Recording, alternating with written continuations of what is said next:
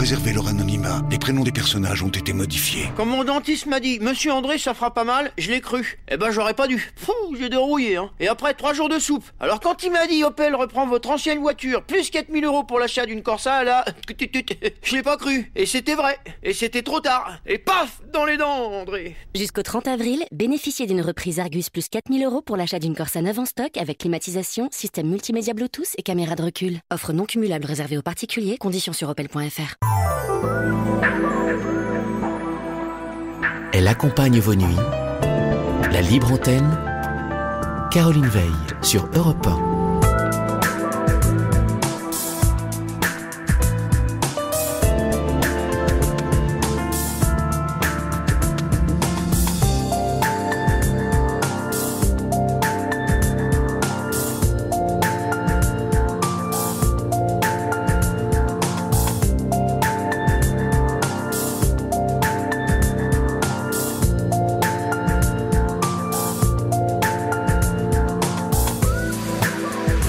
Bonsoir à tous, bienvenue sur Europe 1, bienvenue sur notre libre antenne. J'étais heureuse de vous retrouver ce soir parce que Sophie Peters est malade et que vous serez en sa compagnie dès demain. Mais c'est difficile de commencer cette émission sans évoquer bien sûr ce qui est en train de se jouer à Notre-Dame, ce drame, et de ne pas saluer le courage, la ténacité des pompiers qui luttent depuis plus de 3 heures, contre les flammes. Voilà, nous sommes tous ici à une émotion forte. Néanmoins, je suis là, je suis à votre écoute et la libre antenne, c'est votre émission. Donc, vous avez le droit de vous exprimer sur tous les sujets. On parle de vous, on parle de ce qui vous touche, on parle de ce qui vous affecte, on parle de ce qui provoque en vous des sentiments, des quelquefois contradictoires, chaque fois qu'un événement de vie survient ou que la solitude se fait trop prégnante. Voilà, vous avez droit à vos contradictions. Moi, ce qui m'intéresse, ce sont vos histoires, votre vécu, vos expériences, et puis aussi vos rêves, vos attentes ou bien vos déceptions, parce qu'on en connaît tous. Voilà, parlez-moi de vous, j'attends vos appels au 39 21 comme tous les soirs. Vous connaissez ce numéro par cœur. Vous pouvez réagir, et vous le savez, au 7 39 21, vos SMS en commençant par le mot nuit, en nous adressant aussi vos mails sur notre site europe1.fr. Mais avant de commencer cette émission, j'en profite également pour remercier Fifi, l'unique, qui est à la réalisation de cette émission et qui nous accompagne comme tous les soirs. Et puis pour remercier aussi Thomas et Florian qui vont vous accueillir tout au long de la soirée, inépuisable de gentillesse au standard. Europe 1.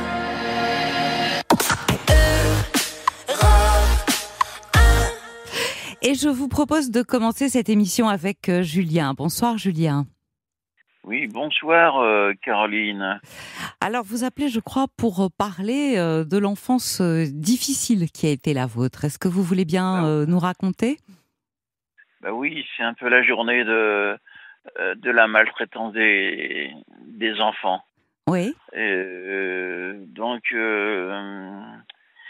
c'est vrai que je compatis pour Notre-Dame de Paris. Mais les malheurs se comparent peut-être pas à ce niveau-là. Mais vous avez tout à fait le droit de parler de vos soucis à vous et de ce qui et de la raison pour laquelle vous appelez. Il y a pas de bonne question, de mauvaise raison. Sachez-le, tout est bon sur cette libre antenne. Oui, c'est vous qui le dites comme ça. Certains n'apprécient pas forcément. Oui, mais là, c'est moi qui suis avec vous, donc je vous écoute. Donc nous sommes ensemble. Eh bien, c'est vrai que la maltraitance, c'est pour moi un sujet qui me révolte, qui me rend à fleur de peau, puisque j'ai été victime je me considère toujours encore victime un petit peu quand même si. Bien sûr, c'est difficile de guérir de son enfance. Même si j'ai repris ma vie en main.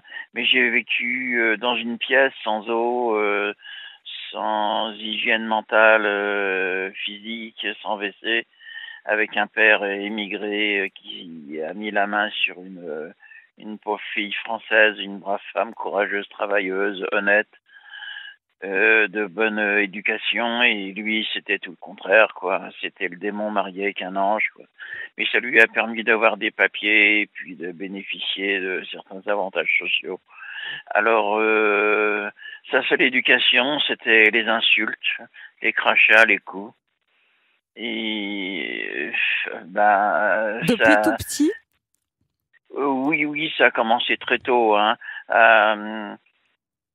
À 8-10 ans, j'étais déjà en dépression nerveuse, Oh là avec là. des idées morbides, puisque son seul langage, c'était les coups, les insultes, les gifles et les fessées. Et on parle beaucoup de la fessée, mais la fessée, c'est pas anodin. C'est un territoire personnel, intime. C'est une sorte de pédophilie inconsciente quand on se livre à une violence sur le postérieur d'un enfant. Vous avez raison.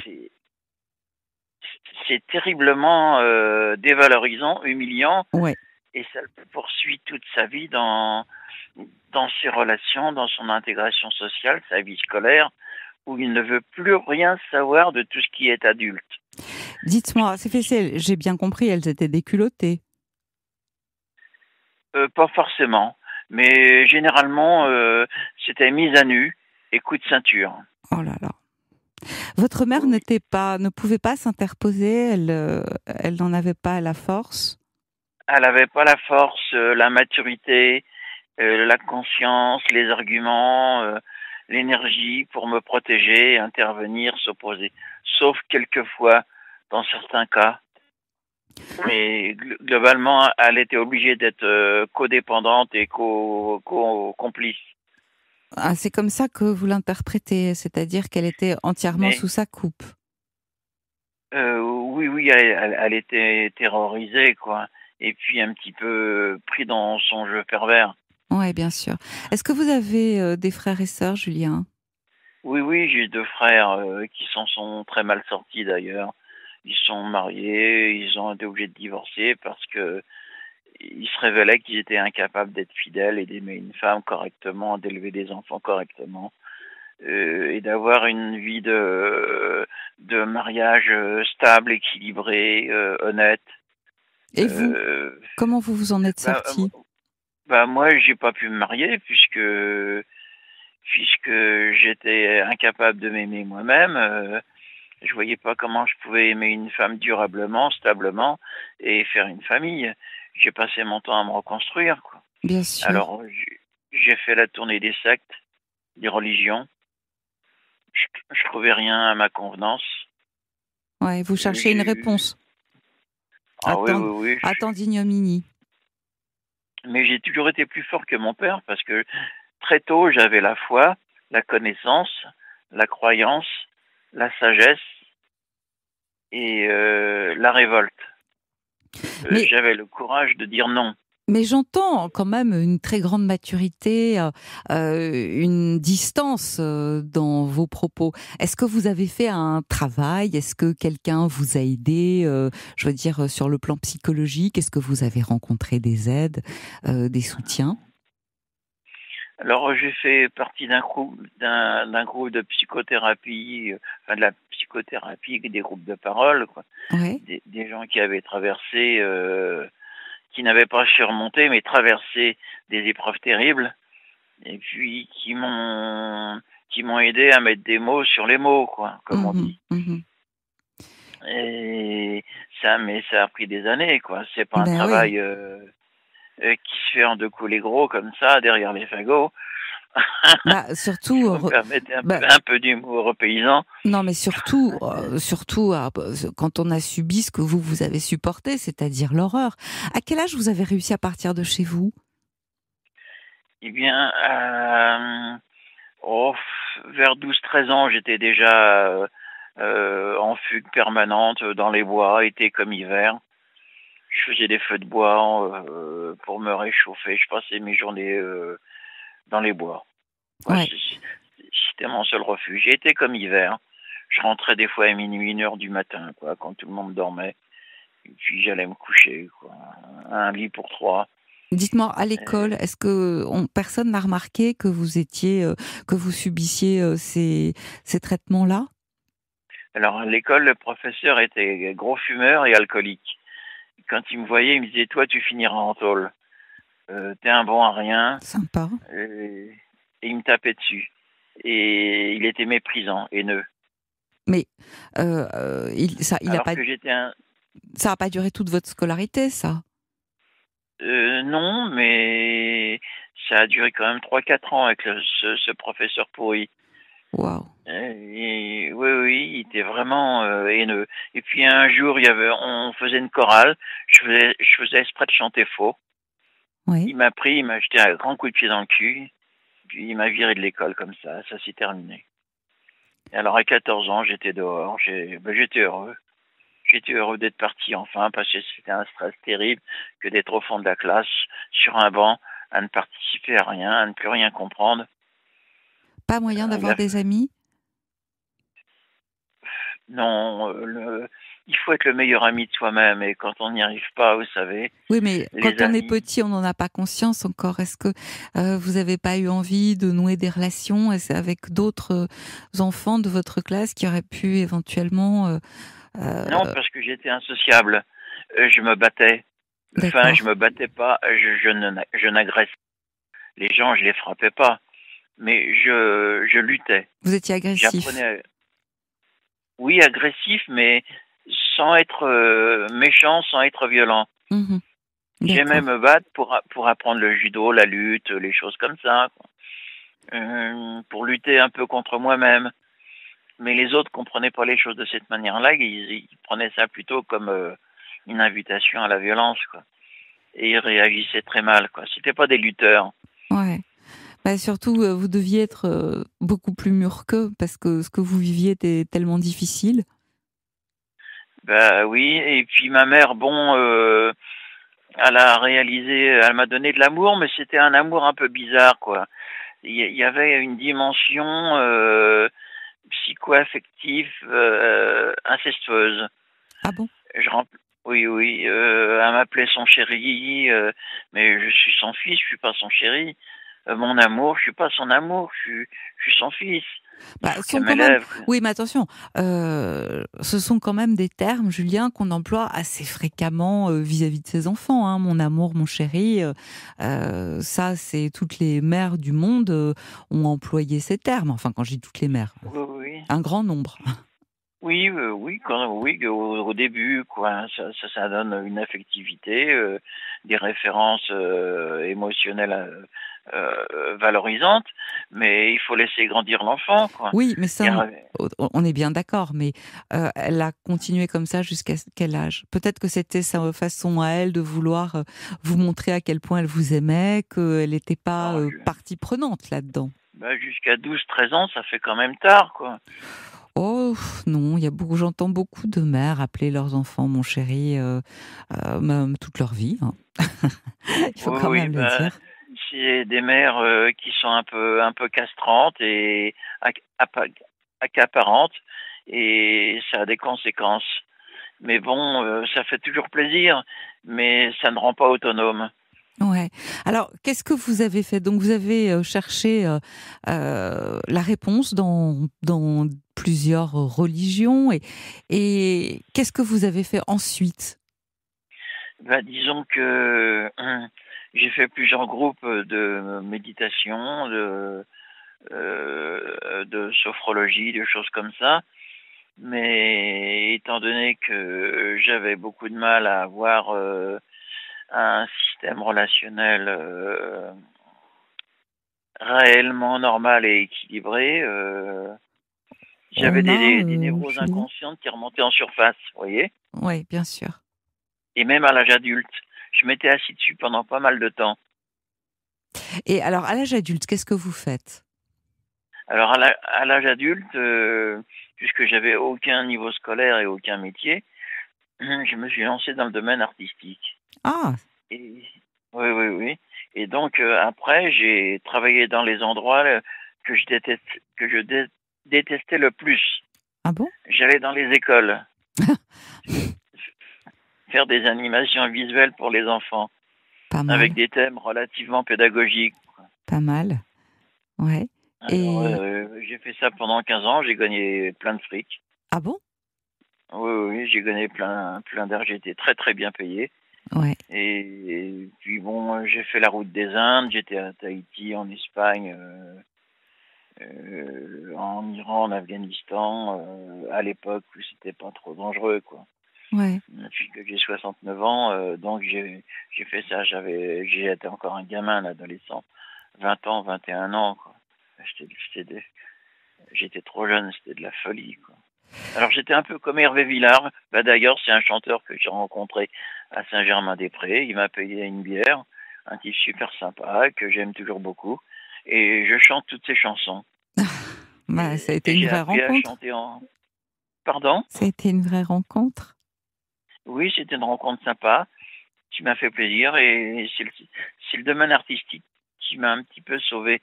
Mais où j'en suis actuellement, eh bien, je vis seul, Oui. puisqu'on n'a pas beaucoup de temps pour se parler. Non, On a non, déjà... on va le prendre. On va le prendre. Je vis seul. J'ai failli faire un enfant, mais bon, ça... J'ai dit à la pauvre fille, écoute, tu vois, je suis déjà un enfant moi-même. Je suis complètement orphelin, perdu. Qu'est-ce que je vais me marier avec toi, faire un enfant? Alors elle s'est tirée, et puis elle m'a largué, elle a bien fait d'ailleurs. Et puis au bout de 2, 3 aventures, j'ai tout arrêté. Je suis chaste, abstinent depuis 20 ans ou 25 ans, je crois. Carrément. Pardon? Carrément, qu'est-ce qui vous a poussé à cette abstinence? Bah, c'est que je faisais usage de mon corps et du corps des femmes d'une manière plutôt auto-centrée, Mm. qui n'était pas tellement créative ni intéressante pour elle ni pour moi. Et j'ai dit bon bah faut arrêter ce type de relation. La séduction, c'est pas possible, quoi. Ouais. C'est les portes de l'enfer qui s'ouvrent, quoi. Et puis en plus avec les maladies qui sont arrivées après, Dites-moi, j'ai bien fait d'arrêter à temps, quoi. dites-moi, est-ce que aujourd'hui vous avez pardonné? Non, non, j'ai pas pardonné. C'est Dieu qui peut pardonner à ma place, parce que on dit Père donner, Père donner ce que moi je peux pas donner. Mm. Et moi je peux pas. Quand je serai équilibré, en paix avec moi-même, je serai devenu un homme vraiment d'amour, de sérénité, un homme solaire, rayonnant. Ok, le pardon se fera tout seul, mais je pardonnerai à tout le monde. Oui, j'entends bien. Mais Mais est-ce que, par exemple, votre mère, vous lui avez pardonné tout à l'heure? J'entendais un certain ressentiment dans vos paroles. ben, ma mère a été complice d'une maltraitance et elle m'a trahi. Oui, Et puis elle m'a sauvé un petit peu, elle m'a aidé quand même. oui, Alors je récupère ce qui est bien, le meilleur qu'elle m'a donné. oui. Mais vous Mais lui avez pardonné à elle? c'est- c'était une brave femme, mais une imbécile, une immature, une inconsciente, une irresponsable. Mais je lui ai pardonné Vous parce auriez, qu'elle vous a auriez su aimé qu'elle donner de parte? l'amour. Ouais. Vous auriez aimé qu'elle parte avec ses enfants? Ben, ça aurait été mieux de ne pas avoir de père que d'avoir la présence d'un prédateur. Ouais. Ah oui, ne pas avoir de père, on aurait pu identifier son père avec Zorro, Tarzan, ou des artistes ou des héros de bande dessinée. Ça aurait remplacé le père très largement. Oui, bien sûr. En même temps, est-ce que vous ne croyez pas que le fait que vous soyez parti, que vos frères n'aient jamais pu construire leur vie, votre père, ça ne lui a pas donné des remords, qu'il se soit pas interrogé? J'imagine que vous n'avez plus de contact avec lui. Ben, il est mort à 56 ans, Ouais, du tabac et de l'alcool, vous d'accord. voyez. Donc il est mort très tôt, hein. Moi à 15 ans, je dormais dans les caves sur un tas de charbon. C'était pas très rigolo, quoi. L'hiver comme l'été, quoi. Non, non, j'ai vraiment un mal fou à me reconstruire, à me relever, quoi. Mais goutte à goutte, j'ai reconstruit toute la trame de ma personnalité. J'ai restructuré ma pensée, mes énergies. J'ai appris à gérer mes émotions, à les canaliser et à devenir Un homme. presque un ange. Un homme en tout cas, parce que je trouve que vous faites preuve aujourd'hui dans vos propos, ce qu'on entend, c'est quand même une grande ouverture. Je comprends que vous n'ayez pas pu pardonner. Vous savez, on n'est pas obligé de tout pardonner. Voilà, c'était juste ce que je voulais vous dire, parce que je vous posais la question, donc vous pouviez vous demander, vous aussi, si moi j'allais vous pousser comme le font certains. Mais je crois qu'on est finalement pas capable de tout pardonner. Pardonner, alors on dit on peut pardonner mais pas oublier, mais enfin qu'est-ce que ça veut dire si on n'oublie pas?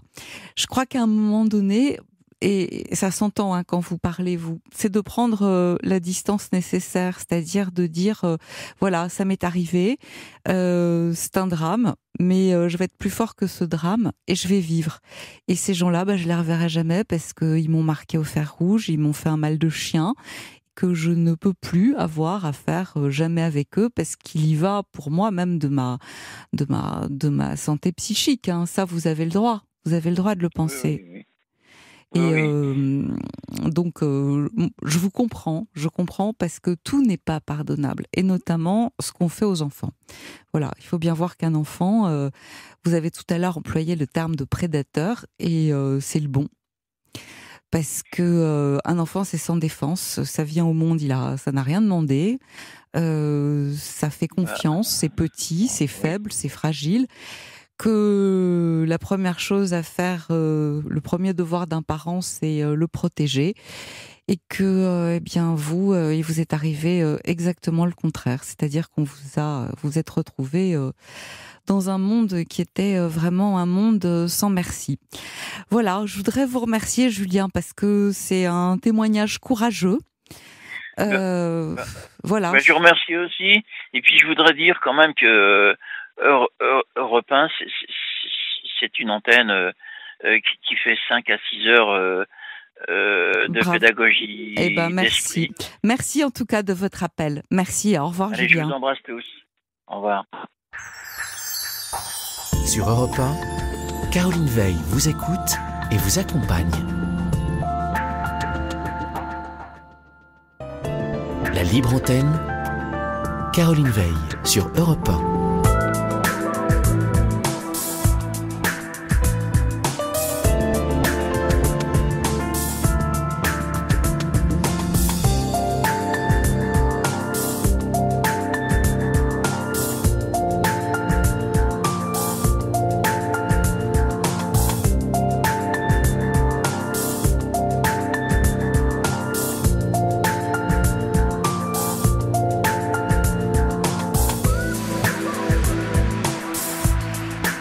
Nous reprenons le cours de notre libre antenne, 3921, notre numéro d'appel. Bien sûr, je vous attends, on parle de tout ce qui est important pour vous, ce qui compte, ce qui vous pèse, ce qui vous rend heureux, comme ce qui vous rend triste.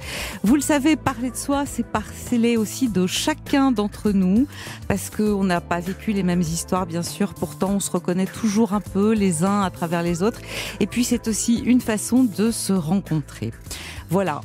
Si vous avez également un petit coup de mou, une difficulté particulière, un moment de solitude, je suis à votre écoute. On est là, on en parle. 3921, notre numéro d'appel, 7 39 21, en commençant par le mot nuit, vos réactions par SMS et sur notre mail, europe1.fr.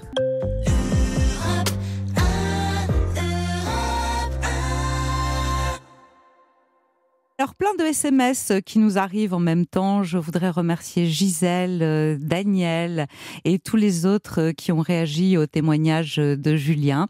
Et puis leur dire que moi aussi, je suis très heureuse d'être avec vous ce soir. Voilà, on va enchaîner tout de suite avec Karine. Bonsoir, Karine. Bonsoir, Caroline. Alors, vous appelez bien sûr pour un tout autre sujet. J'aimerais que vous nous racontiez votre histoire. Alors, j'ai une histoire... Par où commencer? Est-ce que je peux vous aider? Par où commencer? Vous Vous avez quitté le domicile conjugal il y a maintenant 3 ans. Oui. Et vous étiez mariée depuis combien de temps? 24 ans. Waouh! Qu'est-ce qui s'est passé? Alors que je vais faire un petit peu mon parcours. J'étais mariée une première fois, donc où j'ai été femme battue. Ah. Donc j'ai vécu 10 ans avec cet homme où j'ai eu 2 enfants. Oui. Ensuite, donc cet homme-là m'a enlevé mes 2 enfants pendant 2 ans et demi dans son pays natal, où j'ai fait main et pied pour aller les récupérer. Donc je les ai récupérés au bout de 2 ans et demi. Oui. J'ai rencontré donc... Quel âge avait-il à l'époque? Moi j'avais 18 ans... Enfin les enfants? Oui. Les enfants, ils avaient 6 et 9 ans. 6 et 9 ans. Et vous avez 18 ans quand vous vous mariez pour la première fois? Oui, avec un homme qui avait 10 ans de plus que moi. Vous étiez amoureuse? C'était mon premier garçon, c'était mon premier amoureux, oui. D'accord, bien sûr. Et donc j'ai tout de suite mon premier enfant, où on était battus, mon enfant et moi. Après, pensant que j'allais résoudre la vie de couple, donc j'ai refait un deuxième enfant. Oui.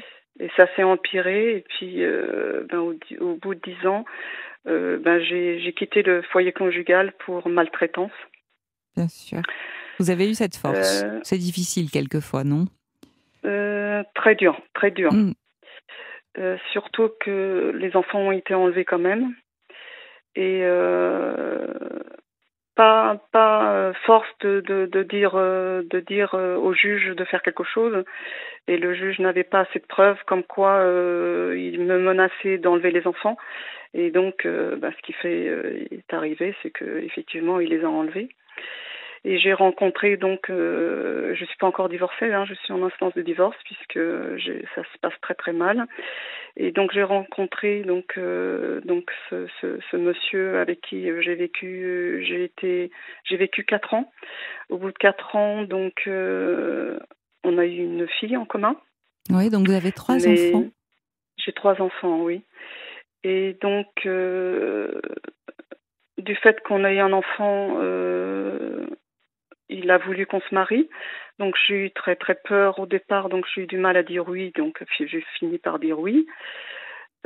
Simplement, cette personne-là est devenue encore pire que l'autre, c'est-à-dire que le premier, il me battait, donc c'était des coups, mais ça fait moins mal les coups, on va dire, entre guillemets, que les mots.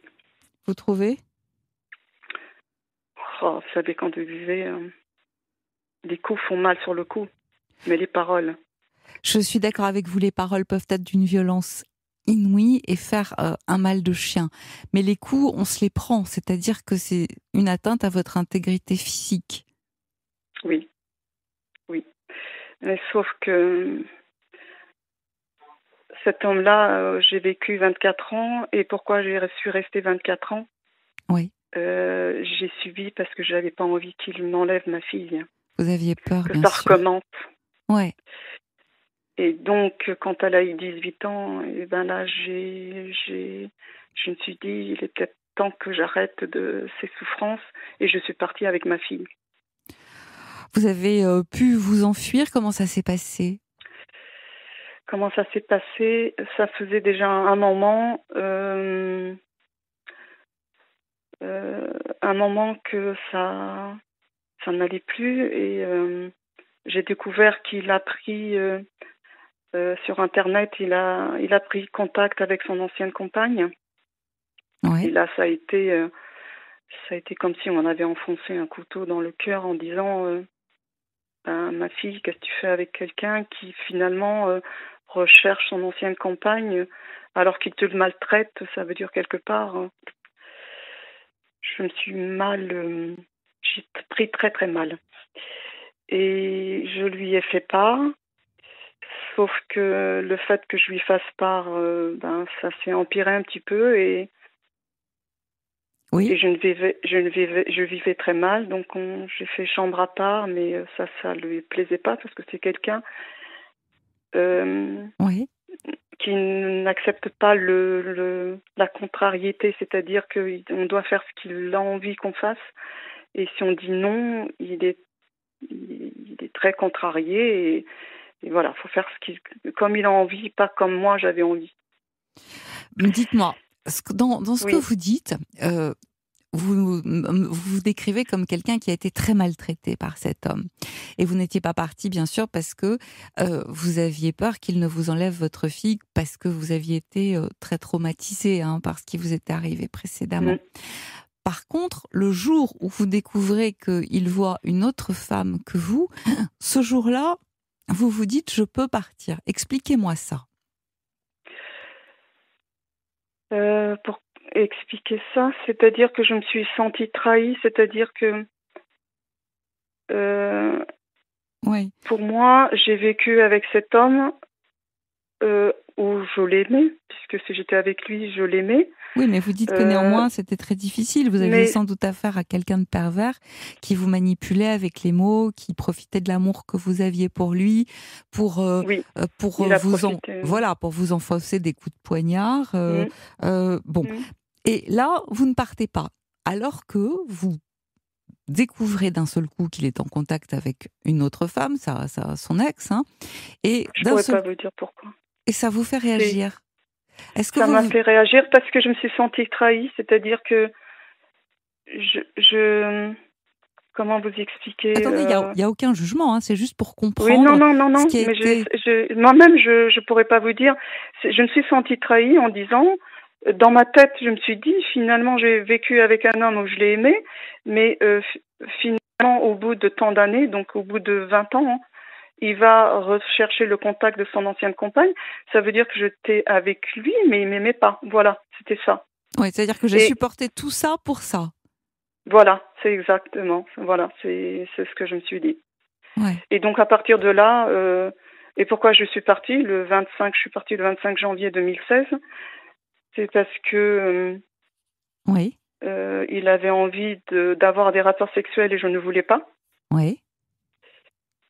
Il s'est emporté très très vite et il m'a basculé tous les vêtements par la fenêtre. C'était en hiver, donc en janvier. Tous les mots qu'on peut entendre, un vocabulaire très très vulgaire. Il est descendu furieux. Il est parti avec ma voiture garée je ne sais pas où. Il a fermé toute la maison. Carrément. Et puis quand il est revenu, il m'a dit si tu veux partir, puisque j'avais menacé de partir, tu peux partir, mais tu n'emmènes rien du tout, même pas la voiture. Tu pars comme tu veux. Mais vous étiez mariée. En me donnant des coups, en me disant qu'il allait me passer par la fenêtre, enfin bref, tout ce qui s'en sort. J'ai appelé les gendarmes et je suis partie par la fenêtre en appelant un taxi avec les vêtements que j'avais sur moi. Et tout le reste, il a brûlé le même jour. Et c'est tout ce que vous aviez? Oui. Et votre fille, elle avait 18 ans, donc elle ne vivait plus avec vous? Elle était avec nous puisqu'elle était en études. D'accord. Elle était en études et elle avait son petit appartement. Je suis dans le 76. Oui. Et alors, comment ça se passe? Elle vient vivre avec vous ou elle reste avec Elle est toujours avec moi. Ouais, j'imagine qu'elle vous a suivi. Est-ce qu'il était violent avec elle? Il a été violent une fois, parce qu'elle me défendait. La pauvre. Et il a été violent avec mon autre fille, puisque... Ouais. Il a tapé. Il l'a tapé? Vous aviez porté plainte à l'époque? À l'époque, les gendarmes sont venus, mais comme on avait un magasin, et les gendarmes ont étouffé l'affaire. D'accord. Et mon but là, c'est que, voilà, ça fait depuis, c'est pour ça que je me suis permise de vous appeler. J'ai quitté donc mon foyer conjugal depuis le 25 janvier 2016, où j'ai porté plainte maintes et maintes fois pour harcèlement, puisqu'il m'harcèle tout le temps. Vol de courrier, vol... enfin bref, il m'harcèle sans arrêt. J'ai porté plainte. Le procureur a classé l'affaire. Et du fait qu'il classe les affaires, ça lui donne de la force. Donc, pour lui, il dit, si on classe l'affaire, c'est que j'ai raison. Donc, il n'arrête pas. Il n'arrête pas, je ne vis pas. Je ne vis plus. Mais est-ce que vous avez eu affaire à un avocat pour vous défendre? J'ai un avocat où j'arrête pas de lui dire d'accélérer le dossier. J'ai même écrit au procureur parce que c'est insupportable. Je n'ai pas encore eu de réponse. Et simplement, si je me suis dit, si un auditeur écoute et qui sait... Bien sûr, s'il a une expérience un peu analogue à la vôtre. Conseiller, voilà. Bien sûr. Est-ce que vous avez essayé des associations? Alors, j'ai été voir, oui, sur Rouen, puisque je suis pas loin de Rouen, une association où, effectivement, je suis attendue par une psychologue, où elle me dit que c'est inadmissible d'être là, mais ça n'avance pas. J'ai été suivie par une psychologue aussi, où elle m'a orientée. J'ai été pas hospitalisée, j'ai été suivie par un médecin hospitalier où il a fait une comment on appelle ça? Oui. Il m'a donné tout un questionnement où j'ai dû répondre par rapport à mon état. Ouais. Donc, une analyse, on va dire, de mon état. Mais ça n'avance pas. Depuis 3 ans, je n'avance pas, mais je ne vis plus. Est-ce qu'il a votre adresse? Je ne sais plus comment faire. Il a votre adresse? Oui. Comment se fait-il qu'il ait votre adresse? Vous avez été obligé de lui donner?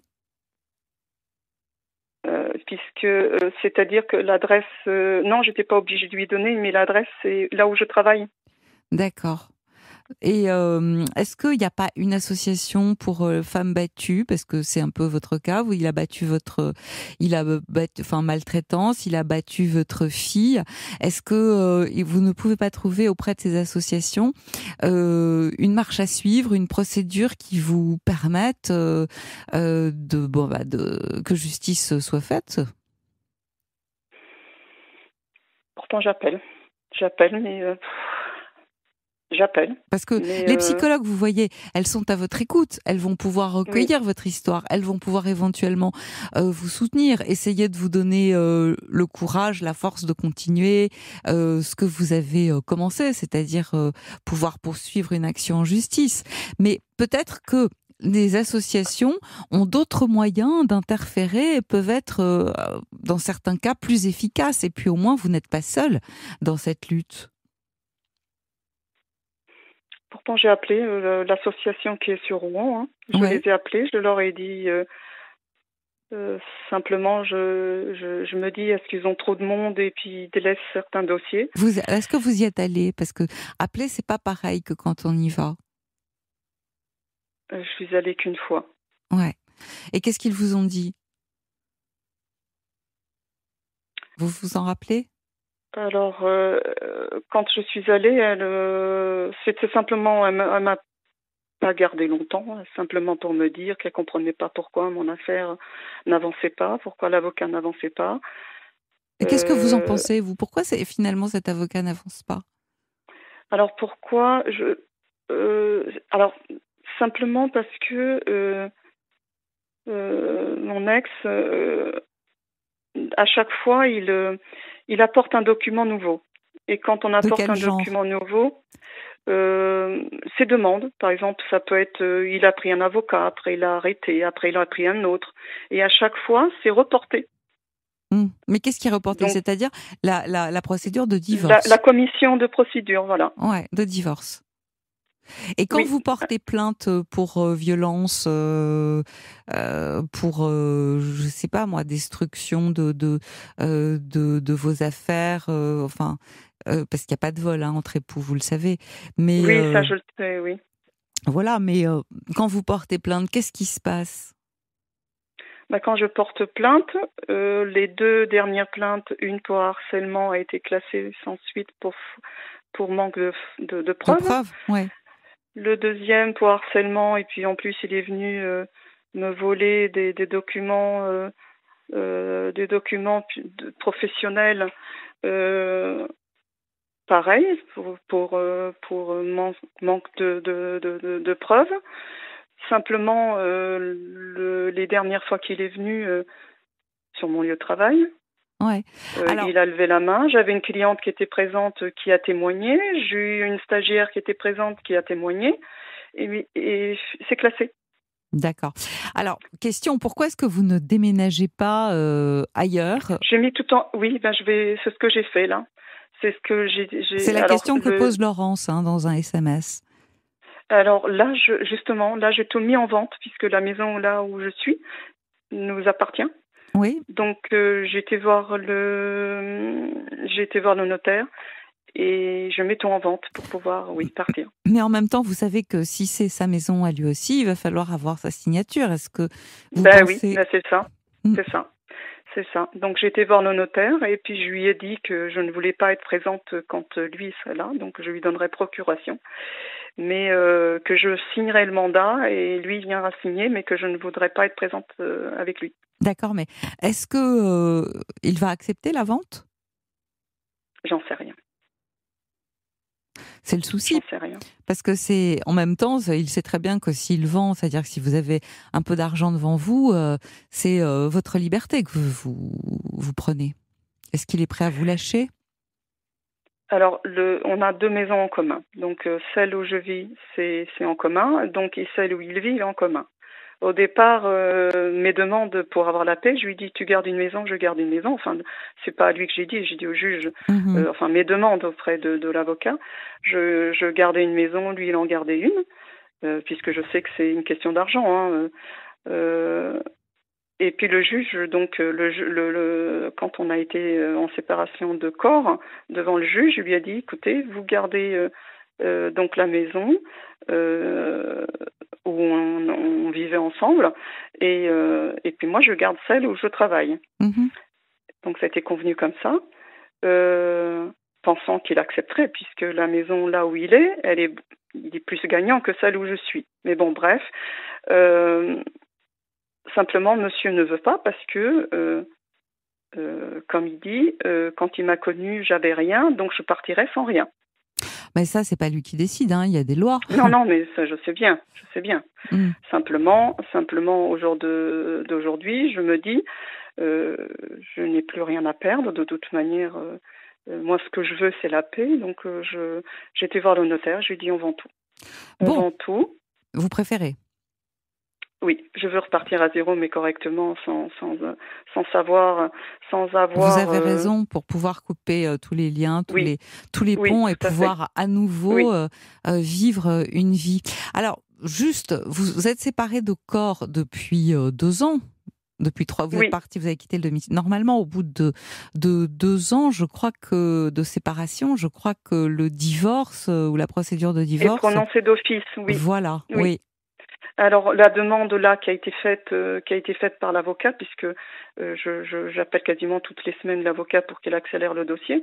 La demande a été faite en 2 demandes, c'est-à-dire que la première demande de divorce pour faute, et si le juge estime qu'il n'y avait pas assez de faute, puisque jusqu'à présent c'est ce qu'ils disent, de donner d'office le divorce, puisque ça fait plus de 2 ans que je ne vis plus avec lui. Voilà, parce qu'au final, le divorce pour faute ou pas faute, on s'en fiche. Ce qui vous importe à vous, c'est d'être... Ce que je veux, c'est être divorcée. C'est être divorcée, tout simplement. Oui. Ouais. Oui, puis après les séparations de biens, il me semble, j'ai pas été voir parce que c'est vrai que des fois j'ai pas la tête à aller tout voir. Normalement, ils mettent un notaire d'office pour s'occuper des biens. S'il y a confusion entre les deux personnes. Oui, bien sûr.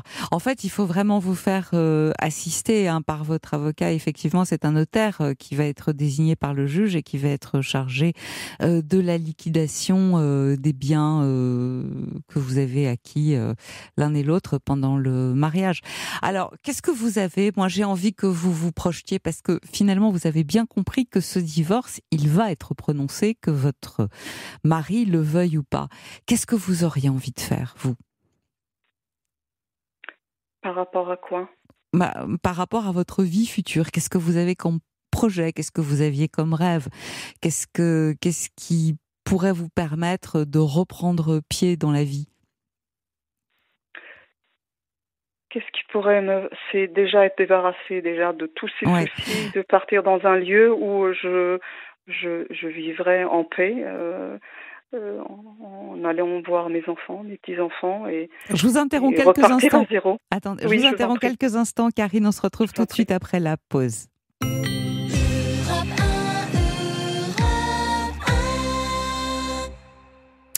On retrouve Karine. Karine, vous êtes là ? Oui, Bon, je suis là. je résume pour les auditeurs qui nous prendraient en cours de route. Donc, vous avez quitté le domicile conjugal parce que vous subissiez de mauvais traitements de la part de votre mari. Vous avez été mariée avec lui pendant 24 ans. Vous êtes aperçu que, en plus de tous ces mauvais traitements, il avait une relation, voilà, avec son ex, avec laquelle on ne sait pas trop ce qu'il faisait exactement, mais qui était là dans le PAF, si on peut dire.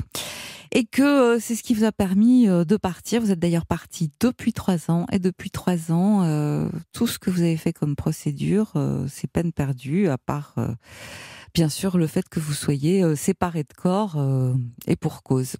Alors, moi, juste avant la pub, je vous posais la question. Vous avez quel âge, Karine ? J'ai 55 ans. Vous avez 55 ans. On est jeune à 55 ans. Vous me disiez, moi, ce que je voudrais, c'est partir loin, ne plus entendre parler de lui, et puis pouvoir voir mes enfants et mes petits-enfants. Donc, j'en ai déduit, oh là là, pendant la pub, que vous étiez grand-mère. Est-ce que... Ouais, voilà.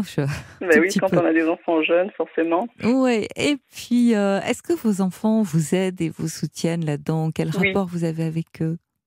Des très bons rapports. De très bons rapports. Oui. J'ai un garçon et 2 filles et elles sont avec moi. Tous les 3, elles sont avec moi. Et j'ai 4 petits-enfants, donc formidables, qui sont... l'amour que j'ai pas eu des hommes, je les ai avec mes enfants et mes petits-enfants. Formidable. Dites-moi, est-ce que ils habitent dans la même région, au même endroit que vous ? Qu'est-ce qui fait que vous ayez du mal à bouger géographiquement ?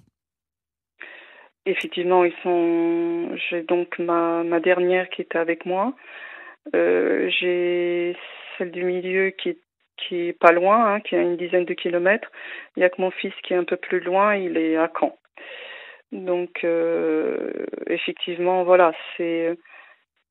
Plus je m'éloigne d'eux, j'ai besoin d'eux. Oui, c'est-à-dire que c'était en même temps votre soutien, c'est-à-dire que vous n'allez pas pour faire plaisir, ça serait lui donner raison en plus que de vous séparer de vos enfants, aller dans une autre région, vous jeter quelque part toute seule.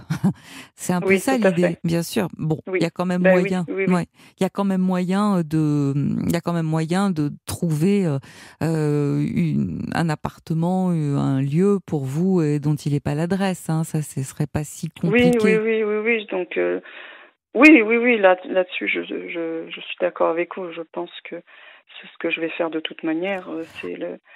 C'est primordial parce qu'ici, je ne vis plus. On est à 5 kilomètres, à une dizaine de kilomètres de là où il est. Et effectivement, je sais qu'il passe. Je sais qu'il passe. De toute manière, il me laisse des preuves qu'il passe tout le temps. Il me fait voir tout le temps qu'il passe et qu'il me surveille. Donc, Ouais. Alors, Jackie, petit SMS de sa part, dit que vous devriez peut-être prendre une boîte postale. Vous y avez pensé ? Oui, c'est ce que j'ai fait. Voilà. C'est ce que j'ai fait. Oui, j'ai pris une boîte postale depuis l'année dernière puisqu'il me volait mon courrier. Donc, forcément, j'ai dû prendre une boîte postale. Effectivement, oui, c'est ce que j'ai fait. Autre conseil de Jackie par SMS toujours, si vous avez des SMS et des messages, surtout vous les gardez et vous les faites authentifier. Oui, j'ai tout gardé. Bon, parce qu'avec tout des ça... courriers, puisqu'il écrit, oui. Parce que je vais vous dire, tout ça va vous servir. Peut-être que le procureur, c'est pas ce qu'il il donnera pas suite, mais en attendant, le juge aux affaires familiales, quand il va voir tous les appels et le harcèlement dont vous êtes victime, ça, il va quand même le prendre en considération. Il va bien se rendre compte de ce que vous vivez. Des fois, je me pose des questions. Est-ce qu'ils se rendent bien compte de ma situation, puisque c'est quelqu'un qui m'a menacé quand même de mort. Donc, vous en avez la trace ? Je suis... Oui. Simplement, la conseillère, on avait été voir une conseillère parce qu'au départ, quand je suis partie du foyer conjugal, bonne comme j'étais, j'ai dit pour le bien-être de sa fille et de mes 2 autres enfants et des petits-enfants, ça aurait été bien qu'on se sépare et qu'on et qu'on reste en bons termes. Et donc on a été suivi par une conseillère conjugale, et la conseillère conjugale devant elle, quand je me mettais au pied du mur en lui disant tout ce qu'il me faisait et qu'il tapait du poing en me disant que c'était pas vrai et que je disais des mensonges, elle a bien vu dans quel état il se mettait par rapport à ce que moi je lui disais, et puis il m'a il m'a menacé de mort devant elle. Simplement, quand elle a été appelée par les gendarmes pour témoigner, elle a été neutre, hein. Ni pour moi ni pour lui, mais simplement, en attendant, j'ai été quand même menacée de mort, et elle n'a pas eu Elle n'a pas fait un bon rapport. sens. Comment ? Elle n'a pas fait un rapport. Non, ni pour l'un ni pour l'autre. Mais simplement, elle m'a gardé à deux reprises chez elle parce que il est parti en colère, et de peur parce qu'elle a bien vu comment il m'avait menacé. Elle m'a gardé dans son bureau pendant au moins une quinzaine de minutes. Elle aurait pu dire ça aux gendarmes. Bien sûr. Quand elle a été appelée. Non, elle a préféré se taire. Donc je me dis finalement, toutes les personnes sont pour lui. Voilà. Non, c'est pas pour lui. Il a le droit de tout faire. Non, c'est pas pour lui. C'est que quelquefois, elles n'ont pas pris la mesure. Maintenant, il faut quand même savoir que, et c'est un petit SMS de Laurence, le harcèlement est puni par la loi. Donc, moi, j'y pense depuis tout à l'heure, peut-être que vous devriez changer d'avocat parce que je le trouve pas très efficace. Vous voyez ce que je veux dire ? C'est le genre de dossier.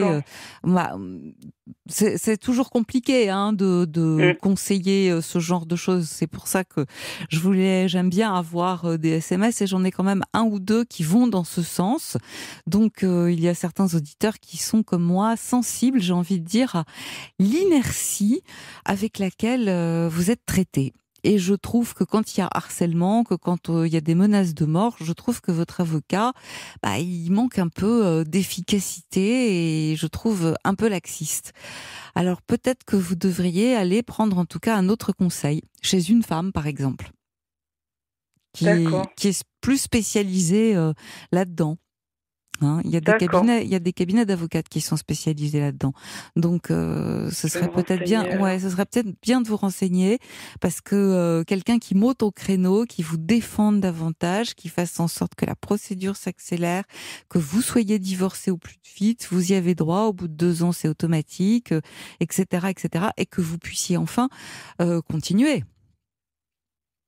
Oui, bien sûr. Parce que là, pour l'instant, je vous entends. Alors, vous êtes malgré tout dans une attitude passive parce que vous êtes en prise avec une sorte d'administration, d'administration. Un coup, vous allez porter plainte, et puis il faut attendre la réponse du procureur qui classe, et puis le juge, et puis l'avocate qui bouge pas tant que ça, parce que c'est quand même incroyable. Je trouve que vous n'ayez pas été davantage prise en considération. Oui, voilà, je pense qu'un avocat devrait vous accompagner à la gendarmerie en disant: je m'étonne que la plainte de madame, elle soit pas prise, et qu'est-ce qui s'est passé? Elle est venue plusieurs fois vous voir, il n'y a pas de suite, comment vous expliquer? Enfin, vous voyez ce que je veux dire, c'est pas une main courante. Alors que vous voyez, Caroline, même lui, l'avocat, a été menacé par mon ex-mari, puisque il m'a appelé en me disant qu'il fallait que je fasse attention à mes derrière. Voilà comment il m'a dit, parce qu'il venait de recevoir un appel de l'avocat de mon ex-mari, enfin ex non, puisqu'il est toujours mon mari, mais en ayant des menaces aussi, parce qu'il me défendait. Alors pourquoi est-ce qu'il ne porte pas plainte? Pourquoi est-ce qu'il ne le fait pas savoir? Il a écrit au procureur aussi, il a porté plainte au procureur, mais il y a quelque chose dans mon dossier que je n'arrive pas à comprendre, voyez. Pourquoi ça n'avance pas?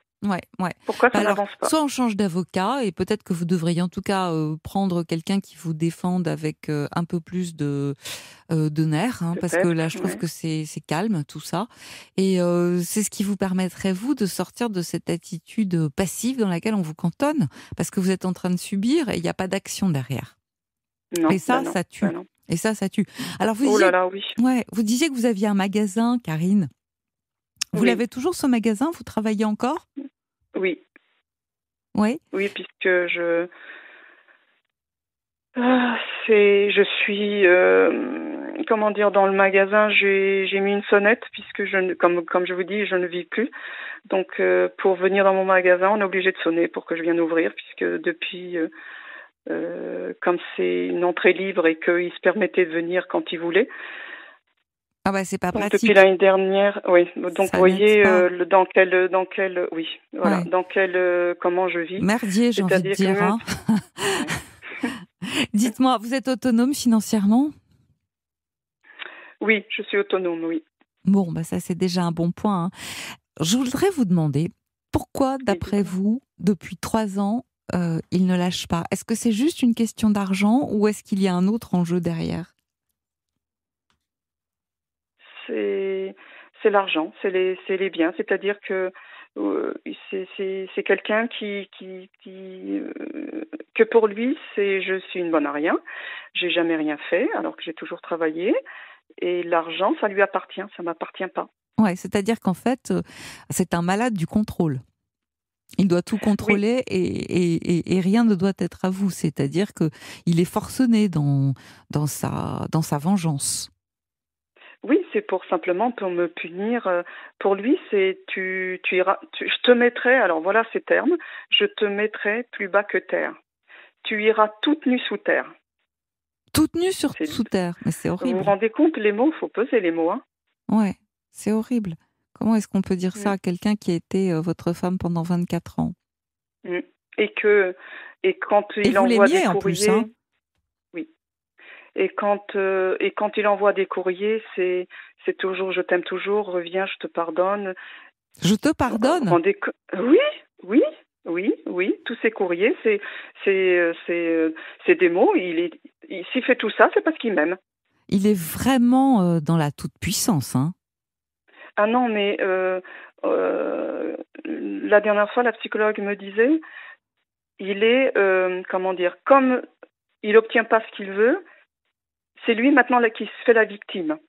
Bien sûr. Parce que il m'a mis dans la boîte aux lettres donc samedi dernier, donc 10 feuilles, puisque comme j'ai appelé les gendarmes, j'ai dit aux gendarmes qu'il l'appelle et qu'il fasse quelque chose parce que il arriverait quelque chose de grave s'il bouge pas. J'ai dit appelez. J'allais dire son nom, mais appelez-le. Je suis pas très forte en la matière, vous allez m'éclairer. Vous allez à la gendarmerie, pourquoi pas au commissariat de police ? Parce que c'est le secteur gendarme ici. D'accord, excusez-moi, hein, je vous pose la question. Non, mais je vous en prie, non. Il y a le secteur, si c'était Rouen, c'est commissariat. Ici, c'est gendarmerie. Donc c'est le secteur gendarmerie, ça n'a rien à voir avec le commissariat. Et donc je leur ai dit, appelez-le et dites-lui d'arrêter. Donc il m'a mis, et comme j'avais appelé le gendarme pour lui dire, alors parce que il est venu, il m'a mis 5 sacs de poubelle de vêtements de sa fille devant mon magasin. Mais vous avez pris des photos ? Oui, j'ai pris à chaque fois, oui. Ouais, bah ça c'est très bien. Alors, parce que j'ai reçu un SMS qui dit « Madame, les harceleurs sont souvent des lâches et on peut leur faire peur. » Ça, je n'y crois pas forcément. Mais, ce qui est vrai, c'est que cette dame dit que dans son cas, la police a été très efficace, qu'il a immédiatement arrêté ses menaces, mais que son avocate, à elle, était extrêmement réactive et que, preuve en main, elle a fait le nécessaire.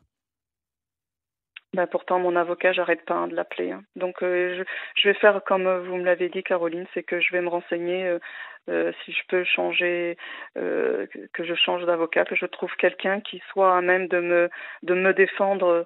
Oui, parce que ça avance. Là, j'ai l'impression que on vous laisse de côté. Je reçois un autre SMS qui dit « Il est possible de prendre rendez-vous avec un juge pour faire avancer votre dossier et faire un projet liquidatif. » C'est-à-dire que vous pouvez, vous toute seule, paraît-il, hein, d'ores et déjà prendre rendez-vous avec un juge. Moi, je vous conseille vraiment de vous faire assister par un avocat, un autre. Hein, parce que je trouve que y a quelque chose d'incompréhensible qui fait que rien ne se passe. Moi-même, mais je comprends pas. Je ne sais pas où il y a les barrières. Est-ce qu'il connaît du monde ? Parce qu'en plus, Oui, il peut connaître puisqu'il a de la famille qui est dans la gendarmerie. Donc je me dis, est-ce que Ah, c'est eux c'est une question que je me pose peut-être depuis tout à l'heure. Est-ce qu'il a pas, qui... voilà, est-ce qu'il s'est pas arrangé? Et puis les autres, vous Oui. savez, les gendarmes sont des personnes formidables, mais pour peu qu'il aille les voir avec un air tout à fait innocent, Ah ben c'est il s'est pleuré, hein, donc oui, il s'est pleuré. Ça c'est quelqu'un qui se transforme en victime. C'est plus lui. Alors c'est plus moi la victime, c'est lui qui est la victime puisque moi je suis partie du domicile conjugal. Il sait même pas encore au jour d'aujourd'hui pourquoi je suis partie. il sait pas. Ben non. Bon, c'est quand même incroyable. C'est-à-dire Il qu'il se m'a pose même brûlé la toute ma question. garde-robe. Il m'a brûlé toute ma garde-robe. Je suis partie sans rien, mais il a pas brûlé. J'ai tout emmené. En taxi, j'ai tout emmené. Donc, vous voyez, c'est quelqu'un voilà, c'est lui la victime, c'est pas moi. Écoutez, je pense que vous pouvez pas rester plus longtemps comme ça dans cet état, dans ce no man's land et dans cet état parce que c'est un drame quotidien. Donc je crois qu'effectivement il faut réagir. Avocat, avocate, ce que Oui, vous c'est voulez, ce que je mais vais faire, un Caroline. Oui. ou une autre. Voilà, pas de sexisme, dit José. Il a raison d'ailleurs, parce que les avocats aussi sont très efficaces. Vous en prenez un autre d'urgence et vous essayez de dénouer tout ça, sans oublier le rendez-vous avec le juge. D'accord, Karine ? D'accord, merci bien, Mm, Caroline, pour vos conseils. Puis si jamais Ça va il y a des mieux, gens surtout vous. qui manifestent. Voilà, et ben vous nous tenez au courant. Merci Karine de votre appel. Merci bien. Au Bonne soirée. revoir. Merci, Caroline. Sur Europe 1, Caroline Veil vous écoute et vous accompagne.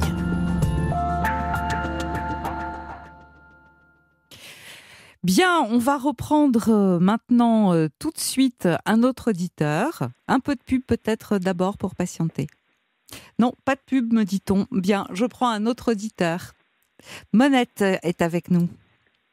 Oui, bonsoir Caroline, merci de me recevoir. Et tout d'abord, je partage avec toutes et tous la grande tristesse qui nous afflige ce soir. Moi, je suis dans une très très grande souffrance. Mais bien sûr, mais bien sûr. Oui, et je suis dans une souffrance personnelle, physique et psychologique, parce que je suis atteinte donc d'un glaucome depuis l'âge de 25 ans, opérée à plusieurs reprises, et que là, en quelques semaines... Vous pouvez préciser pour nos auditeurs ce que c'est que le glaucome, parce que tout le monde n'est pas au fait de cette maladie, et expliquer en quoi ça consiste et comment vous faites pour votre quotidien. Alors le glaucome, c'est une tension oculaire qui, si vous voulez, qui écrase au niveau du nerf optique, qui écrase le nerf optique, quoi. La tension est trop pesante pour le nerf optique, et donc les fibres du nerf optique s'en vont petit à petit. Oh. Donc c'est une maladie qu'on se rend pas bien compte au départ, puisque nous avons un certain nombre de cellules. Tout être normal a un certain nombre de cellules qui meurent chaque jour. Oui, tout à fait. Mais donc, si vous voulez, ça va très très vite. Moi, malheureusement, j'ai été quand même opérée 5 reprises, peut-être de trop, enfin je le saurais jamais. Qu'est-ce qu'on fait à chaque fois ? Alors, on m'a d'abord fait une sclérectomie, c'est-à-dire qu'on ouvre la paupière, enfin au-dessus de l'œil, et après on m'a fait une trabéculectomie, c'est-à-dire au niveau du trabéculum, donc on va un petit peu plus loin, et là on fait une soupape, si vous voulez, pour libérer ce liquide, et malgré toutes ces opérations, ma tension revenait à chaque fois. Sauf la dernière opération que j'ai subie en 2012, la tension s'est stabilisée, mais la maladie, si vous voulez, malheureusement progresse. Ouais. Et là, alors bien sûr, je suis très très très triste parce que c'est quelque chose que je n'accepte pas. Donc j'ai eu un cancer après ces opérations, et là j'ai de l'arythmie cardiaque. Enfin bon, je ne vais pas vous expliquer tout mon parcours, mais si j'ai appelé ce soir, c'est parce qu'en plus on vient de me découvrir, si vous voulez, j'ai une blépharite des paupières.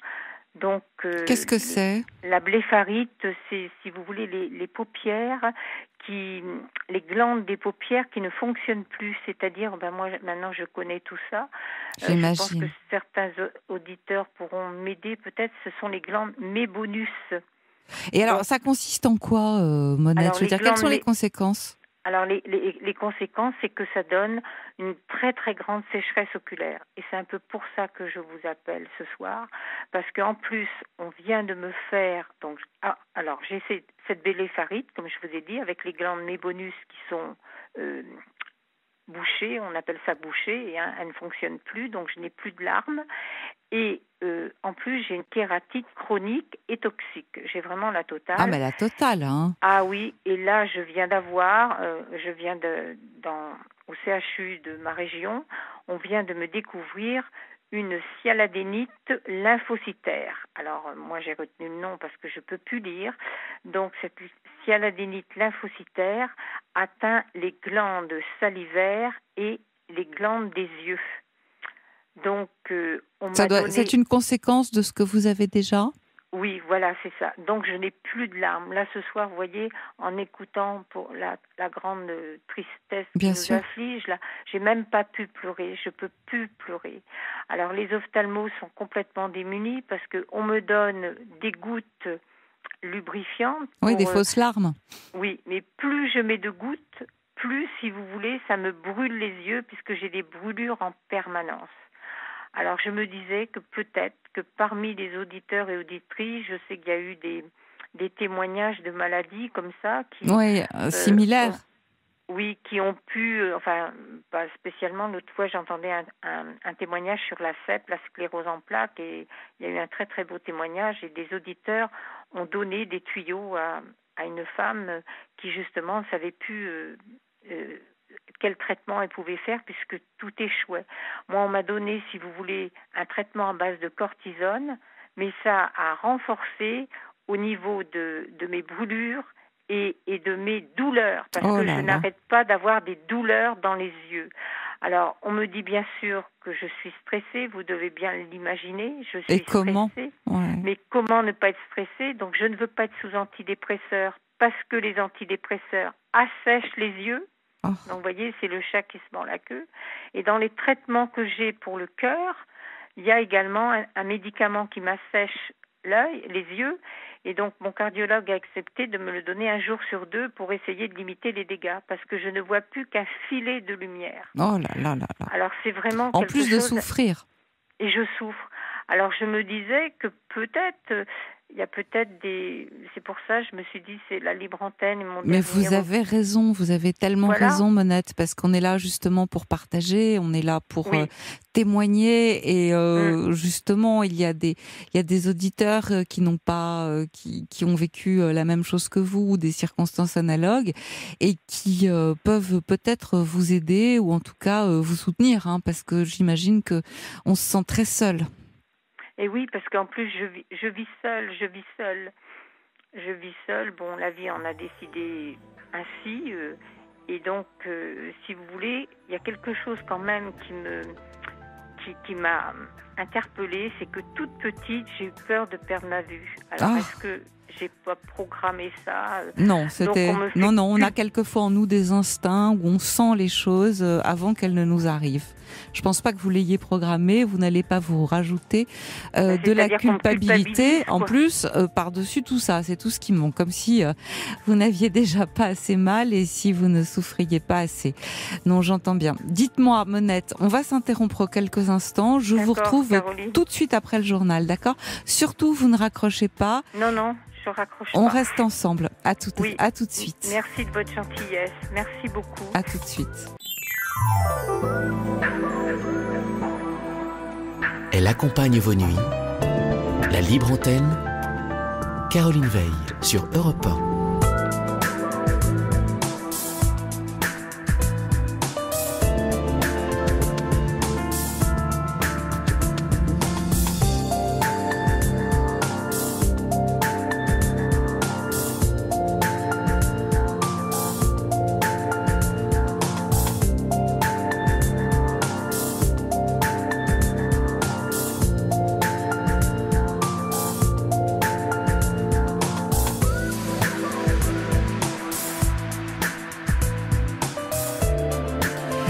Et voilà, dernière heure de libre antenne, mais vous pouvez toujours nous appeler au 39 21. Bien sûr, on est tous sous le coup de l'émotion et puis dans l'attente des réactions au sujet de Notre-Dame. Moi, j'attends vos appels.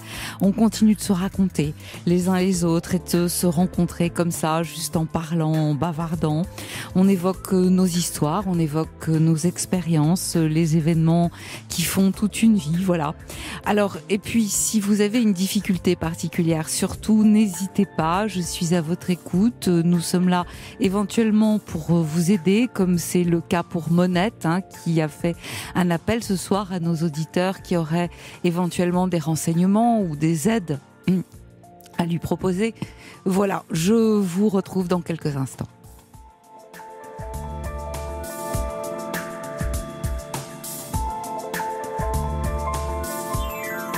La libre antenne sur Europe 1, Caroline Veil. 7 39 21 en commençant par le mot nuit pour vos réactions par SMS et notre site europe1.fr. J'attends aussi vos mails. Bien, Monette, je vous retrouve comme prévu, comme promis.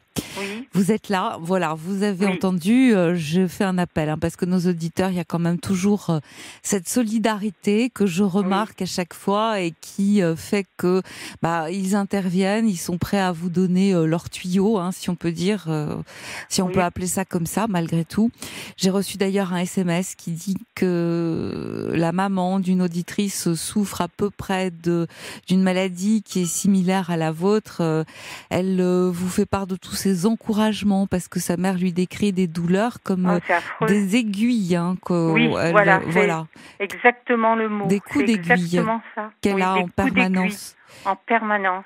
Et alors, donc ça, c'est un stress. Comment ? Et ça, c'est un stress. Ah oui, c'est dû au stress.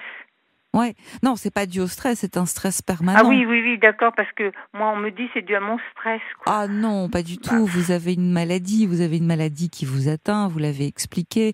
Les neurones qui sont détruits au fur et à mesure. Et c'est le nerf optique. Voilà. Il n'y a aucune recherche pour le nerf optique. Je pensais au Téléthon, j'avais entendu parler de Serge Braun. Là. J'ai voulu le contacter, mais il n'y a pas d'adresse mail, il est à l'Institut de médecine de Brest, de la faculté de médecine de Brest. C'est un scientifique, il disait qu'il travaillait sur le nerf optique, mais moi je suis prête à faire partie d'un programme de recherche. J'imagine bien. Quand vous en parlez aux ophtalmos qui me suivent, vous savez, on se lève et puis on dit on connaît pas, quoi, voilà. C'est-à-dire que j'imagine qu'ils sont assez démunis, ils voudraient bien vous aider. Un médecin, il a fait le serment d'Hippocrate, il aimerait bien vous aider. Simplement, hélas, les médecins ne sont pas tout puissants, ce ne sont pas Dieu. Pourquoi ne pas essayer de joindre vous-même ce professeur par courrier ? Je pense que c'est peut-être ça que c'est un scientifique. Oui, mais peut-être, comme vous dites, il y a des programmes que vous ignorez. Enfin, j'en sais rien. Mais on peut tout tenter parce que visiblement, vous souffrez beaucoup et que... Je souffre et puis je vais vous dire, je souffre plus dans tout mon corps parce que j'ai des douleurs partout. Alors on me dit, tu rumines toute la journée. Mais je sais pas, cette dame doit certainement me comprendre. Quand vous êtes sans arrêt avec des coups d'aiguille et puis que vos yeux sont secs en permanence et que malgré toutes les gouttes que vous mettez, ça vous brûle, vous finissez par abandonner. J'ai fait des médecines parallèles, j'ai été voir aussi des magnétiseurs comme un petit peu Bien sûr. Se tourne vers les médecines parallèles, j'ai fait de l'acupuncture, ça n'a rien donné, donc voilà. Mais je comprends que vous soyez désespérée. Moi, je suis désespérée et puis par moments, vous savez, j'ai vraiment des idées noires. Alors, l'ophtalmo qui me suit me dit mettez-vous sous antidépresseur, ça ira mieux. Mais je lui dis, vous savez très bien que ça dessèche les yeux. Là, elle répond plus puisque plus je vais prendre de médicaments, je prends déjà des médicaments pour le cœur, comme je vous ai dit. Oui. Bon, j'ai eu un cancer heureusement, ça s'est bien passé. Mais bon, je totalise. Alors, on me dit que j'ai créé mon cancer aussi, j'entends tout et n'importe Ah non, quoi. on en parlait juste avant le journal. Il n'est pas question de vous laisser culpabiliser. Jusqu'à présent, sachez-le, il n'y a pas d'études qui prouvent une relation de cause à effet sur le fait de créer son cancer. Voilà. Ce qui est sûr, c'est que, en revanche, le moral joue terriblement pour la guérison du cancer. Ça, on en est sûr. Ça, on en est sûr. C'est le moral qui aide d'autant plus à permettre de lutter, d'affronter les traitements et de pouvoir assumer cette maladie. Mais en revanche, il n'y a pas aujourd'hui d'études avérées qui prouvent qu'il y a une vraie relation de cause à effet. On n'en sait rien. On n'en sait rien. Alors je vous en supplie, ne rentrez pas là-dedans. Bah oui, parce que le cancer, je l'ai complètement occulté. J'ai fait mes séances de chimio. Comme c'était pas quelque chose, ça m'empêche. Enfin, comment je vais vous dire? Là, je veux regarder quelque chose, moi qui aimais tant les couleurs, qui aimais la vie, en fin de compte. Vous savez jamais comment vous êtes habillé. Et puis, je l'accepte pas. J'ai du mal. Bon, je suis suivie par une psychologue, mais elle me dit faut accepter. Elle me culpe. Enfin, quelque part, c'est pas une culpabilité, mais quelque part, je sais qu'il va falloir que j'accepte, mais c'est tellement dur quand vous souffrez. Très dur. C'est surtout ça, quoi. Alors, je me dis, parce que, en fin de compte, les ophtalmos m'ont expliqué que quand on a la cornée, j'arrive à connaître un petit... Ouais, vous êtes... de choses. Ouais. Parce que je me renseigne, quand on a la cornée qui est complètement desséchée, parce que moi, ma cornée, elle est desséchée, il s'avère que, si vous voulez, la vision est moins claire, quoi. Bon, j'ai un œil qui est perdu, mais l'autre, il voyait un filet de lumière encore j'arrivais encore un petit peu à voir des visages jusqu'au mois de décembre, quoi. Ouais. Et là, plus rien que du noir. Alors, vous avez de la famille, Monette? Est-ce que vous êtes entourée? Oui, je suis entourée. Si vous voulez, comment dirais-je, j'ai notamment une sœur qui me donne beaucoup, mais elle-même, elle est quand même en famille et puis elle a des petits-enfants dont elle s'occupe beaucoup. Bon, j'ai des amis, mais par exemple, cette semaine où il faisait beau, je suis restée 3 après-midi toute seule chez moi. Ouais. Donc, et une association peut-être pour vous aider? Où j'habite, il n'y a pas d'association. L'association qui est la plus près de chez moi, si vous voulez, est à 60 à 70 kilomètres.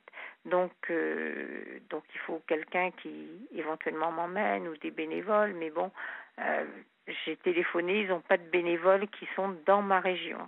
Et à la mairie, éventuellement, est-ce que vous pouvez, vous les avez sollicités? Est-ce que vous avez été voir l'assistante sociale? Je travaillais dans la fonction publique, donc je connais un petit peu les rouages. Mais oui. Vous avez travaillé, vous avez pu travailler. J'ai travaillé jusqu'à mes 55 ans. Dites-moi, de ce que je comprends, vous n'avez pas d'enfant vous-même? Non, je suis célibataire sans enfant. Ouais, donc vous habitez seule. Oui. Comment vous vous débrouillez? J'ai du personnel, si vous voulez, des aides à domicile qui viennent tous les matins. Bon.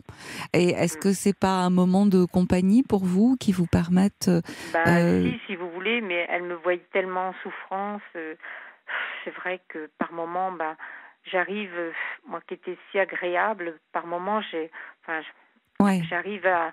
C'est pas être désagréable parce que je garde toujours cette... j'essaye, mais je suis un petit peu vive dans mes paroles. Bien sûr, vous êtes agressive parce que vous êtes sans arrêt en état de souffrance. Mais très vive, quoi. Oui, l'air de dire, tu m'ennuies, quoi. C'est un petit peu ça. Ah oui, mais c'est comme ça, c'est quand on vient de se faire mal, on est énervé après l'autre, alors qu'on voudrait ne pas avoir ce genre de réaction. Oui. Parce que si vous voulez, mon aide à domicile, elle me dit, c'est là. Je lui dis, là, ça veut rien me dire. Donc, et en plus, avec mes séances de chimio, si vous voulez, je ne sens plus mes bouts de doigts. Ah.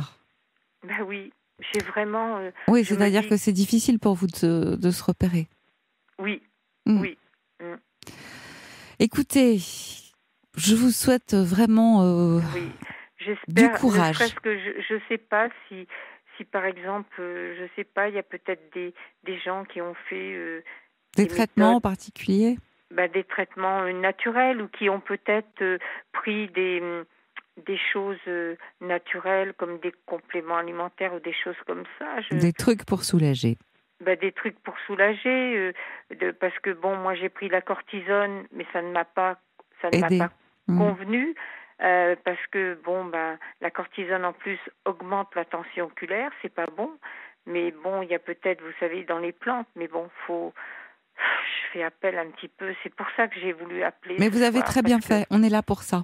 Donc, si jamais j'ai des auditeurs, on les rebascule vers vous. On vous rappellera pour vous donner éventuellement les contacts de ces personnes qui ont appelé. Et puis moi, Monette, je vous embrasse de tout mon cœur et je vous souhaite beaucoup, beaucoup de courage. Ah oui, mais vous êtes courageuse. J'essaye, mais c'est dur parce qu'après, je m'effondre, quoi. Mais je comprends. C'est dur, parce que surtout quand votre vue, elle part comme ça, vraiment très rapidement, une fois que le blanc est engagé, maintenant c'est le noir qui arrive, quoi. Ouais, je comprends. Je vous embrasse, Monette. Oui, mais moi aussi, Caroline, merci de votre écoute, merci à toute l'équipe et je croise les doigts. Moi aussi. Comment dirais-je il y a des réactions, mais je suis pratiquement sûre qu'il va y en avoir. Oui, sinon, dans 2-3 mois, j'essaierai de rappeler. Exactement. Voilà. Merci à vous. Merci beaucoup. Merci de votre appel. Et bonne fin de soirée. Merci, au revoir. Toutes vos confidences à Caroline Veil au 3921. 50 centimes la minute, plus coût de l'appel.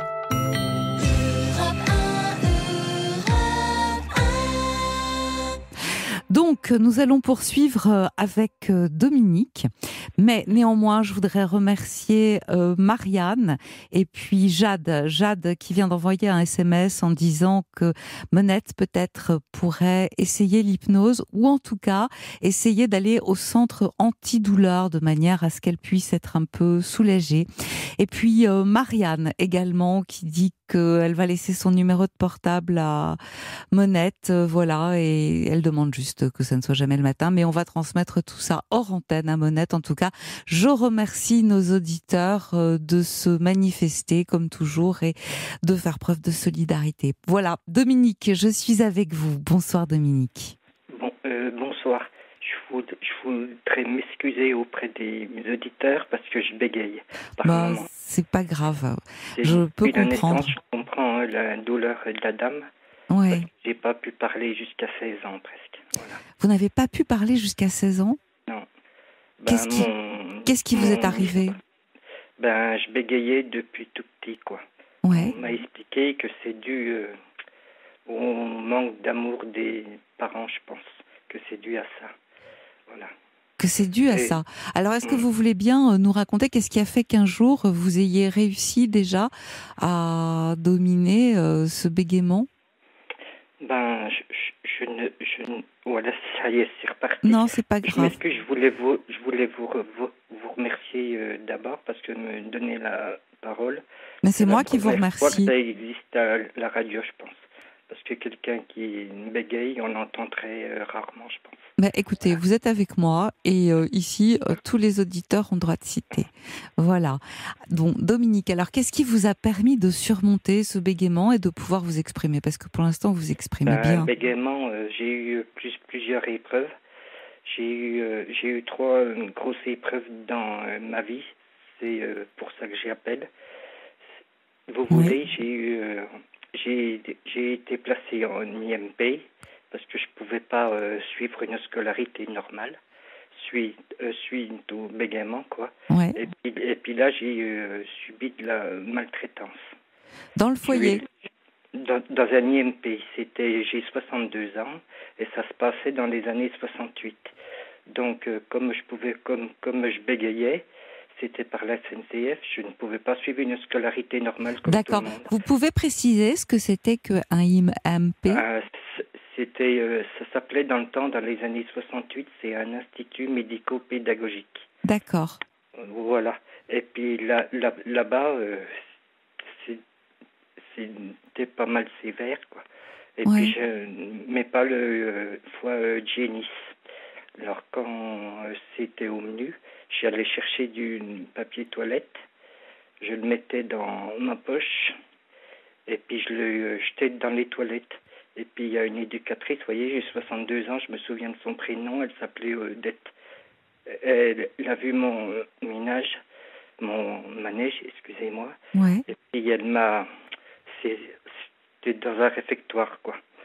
Alors elle m'a fait sortir le foie de ma poche et puis elle me l'a fait manger. Et je vomissais et elle m'a mis la tête dans le vomi pendant 30 minutes. Ça a duré 30 minutes. Mais ça s'appelle de la torture. Ah ouais, voilà. Et j'ai subi un 3e événement qui est très dur. J'ai perdu une petite fille il y a 10 jours, de la mort subite du nourrisson, voilà. Mon Dieu. Donc, si vous voulez, j'avais tout enfoui ces événements-là. Et puis là, ça vient de ressortir et je prends j'ai un traitement contre les crises d'angoisse. Ça s'appelle du paroxétine, je prends. Oui. Et puis, je suis suivi par un thérapeute seulement maintenant. Je voulais dire la difficulté d'être suivi aussi. J'ai attendu 4 mois avant d'en trouver un qui veut bien me prendre. Et puis, vu l'état que je suis, ils vont appliquer, ça va être une thérapeute qui va me prendre en main parce qu'ils sont en couple. Et ça va être la méthode américaine qui va être faite avec les yeux. Je ne connais pas cette méthode. C'est pour faire... Le MDR ? Oui, ça doit être ça. C'est pour faire évacuer les traumatismes profonds, je pense. Ouais, les traumatismes. Et c'est assez efficace, sachez-le. Ah bah, je suis content parce que je suis complètement perdu. J'ai l'impression, vous voyez, j'ai vécu jusqu'à présent avec ça. J'avais tout enfoui dans un tiroir et j'ai l'impression que tout s'est ouvert et puis tout m'arrive à la figure. Alors, qu'est-ce qui se passe ?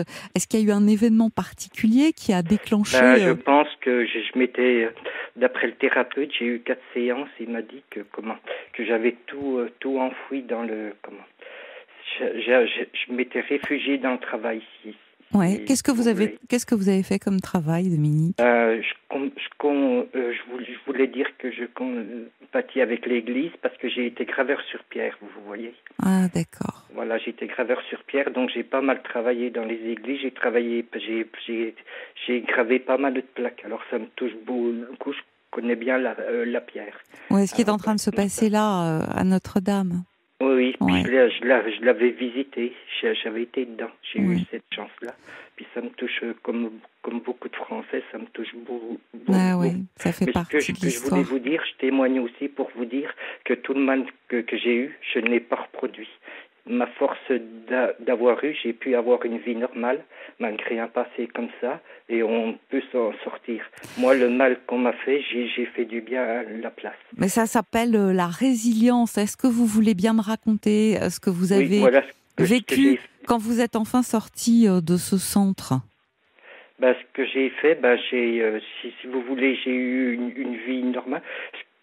Qu'on m'a fait aussi, par exemple, c'est qu'on passait devant des fontaines où il y avait de l'eau, et c'était en pleine chaleur, c'était à Saint-Raphaël. J'étais à 800 km de mes parents. Je les ai presque pas vus pendant 3 ans, vous voyez, à 8 ans. Et on n'avait pas le droit de boire. Ouais. Et ça, je l'ai vécu aussi, vous voyez. Pas le droit de boire. Dites-moi, vos parents, on vous a placé déjà parce que si vous voulez, moi... parce qu'ils vous maltraitaient, comment se fait-il ? C'est bien. Oui. Il n'y avait pas d'amour. Ma maman, elle me dit, sa phrase, c'était « Te voilà déjà, je peux pas me débarrasser de toi. » À 7 heures, je traînais dans les rues, vous voyez, voilà.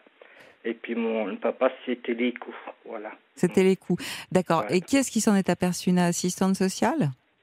Si vous voulez, si vous voulez, c'était par la SNCF que ça se passait.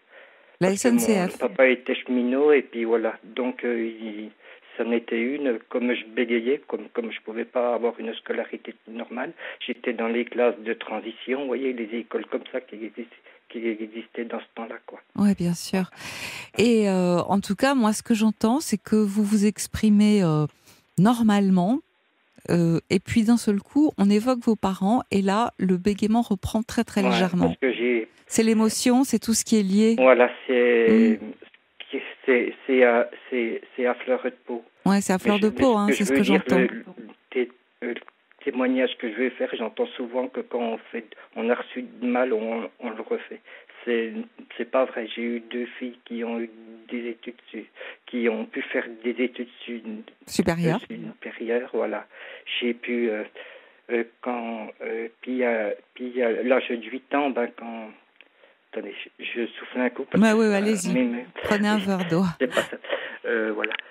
même âge que j'ai été torturé, je les ai emmenés à la Martinique sur une île, vous voyez, pour dire que moi je ne ferai pas ce qu'on m'a fait, pour conjurer le sort, voilà.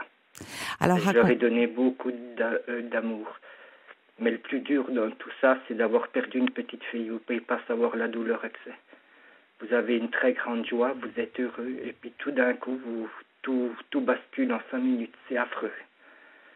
Vous passez de la joie à l'horreur. C'est une douleur inimaginable. Ah oui, c'est une douleur inouïe. Il y a que les personnes, s'il y en a qui écoutent, qui peuvent savoir qu'est-ce que c'est qui en ont perdu un enfant comme ça. Je crois qu'il n'y a pas plus grand drame, effectivement, que de perdre un enfant. C'est plus grand drame que la perte d'un enfant, non. C'est... Dans mon malheur, j'ai eu de la chance que ça arrive qu'à 10 jours, que j'ai pas trop de souvenirs, quoi.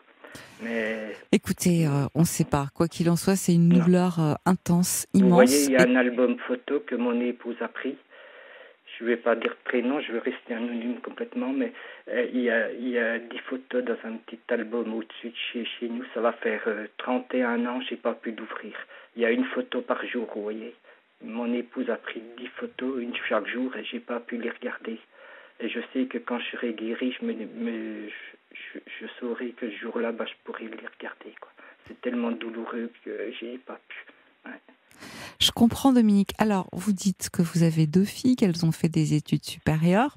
Donc, j'imagine que vous êtes très fière, mais ces 2 filles, elles ont... J'ai réussi, parce que mon papa, il me disait tout le temps, il me rabaissait, il me disait, tu feras chiffonnier, tu seras bon à rien, tu vendras des pots de lapin, parce que dans ce temps-là, il y avait des messieurs qui partaient, genre SDF, quoi, comme on dit maintenant, qui passaient les ramasser, puis il me dit, regarde-les, tu finiras comme ça. Alors mon but avec mes handicaps, je me suis dit, j'ai fait un métier de graveur sur pierre, j'ai déjà eu un CAP, ce qui est déjà dur. J'ai fait les beaux-arts pour apprendre à graver, puis après j'ai été licencié parce que les machines sont arrivées, et j'ai pu apprendre le métier de cuisinier, vous voyez. Vous êtes très courageux. Ouais. Vous êtes vraiment courageux et extrêmement touchant. Là, ce que vous me livrez, c'est un témoignage profondément bouleversant. Dominique, alors, moi, j'ai des questions à vous poser qui sont des questions plus, on va dire, plus joyeuses. Parce que ces 2 filles, elles ont une maman. Oui, maman. Puis j'ai 34 ans de mariage avec elle. Il y a des couples, ça les détruit, vous voyez, le drame. Le thérapeute, ça y est, je suis arrivé à trouver le nom. Vous voyez, je commence à me détendre, ça va mieux. Le thérapeute, il m'a dit que il y a des couples, les détruit ou alors ça les soude. Moi, nous, ça nous a soudés. Vous voyez, j'ai 34 ans de mariage. J'ai connu Maryse, excusez-moi, j'ai dit le prénom, je l'ai connue à 30 ans. Ma vie a commencé quand je l'ai connue, voilà. Alors, est-ce que justement, vous voulez bien me raconter comment vous l'avez connue ? Si vous voulez, là, je vais vous dire une anecdote, ça va faire rire les gens. Je dis quand même, j'ai voulu aller voir une prostituée. On peut causer sexe à cette heure-là, c'est pas grave. Ah, c'est pas un souci, allez-y. J'ai voulu aller voir une prostituée, elle était belle, mais j'ai pas pu avoir de relation avec elle. Ouais. Parce qu'il y avait pas d'amour. Et je l'ai rencontrée à un mariage d'une cousine, voilà. Et puis, c'était mon bonheur, parce que c'est mon rayon de soleil. Alors, comment ça s'est passé ? Vous l'avez abordé comment ? J'ai eu du mal, je sais pas comment j'ai fait, parce que je suis très, très timide. Hein. Ouais, c'est ce que j'entends. Le trottoir. On était une bande de copains qui sifflaient les filles, je me sauvais. Il n'y a pas plus timide que moi. Ouais. Et, avec l'âge, par un regard, je sais pas. Puis on ne sait plus, quoi, voilà. Elle ça était... naturellement, je sais pas. Mais j'ai connu qu'une femme, j'ai eu que des relations sexuelles avec elle, et je crois pas que j'en aurai d'autres avec d'autres femmes, vous voyez. Ouais, vous êtes, comme vous dites, incroyablement soudés. Dites-moi, alors elle est à vos côtés ? Oui, elle dort là. Je vous dis, elle voulait pas que je vous appelle. Ah bon, pourquoi ? Donc je le fais en cachette, ouais. Pourquoi elle voulait pas ? Parce qu'elle me dit, t'as pas besoin de te raconter ta vie partout, ça n'intéresse personne. Mais si, au contraire. Moi, j'aime ces histoires de vie comme ça, où on attrape des moments d'émotion comme celui que vous êtes en train de nous donner, là, Dominique. Donc, vous appelez en cachette. C'est mignon, après 34 ans.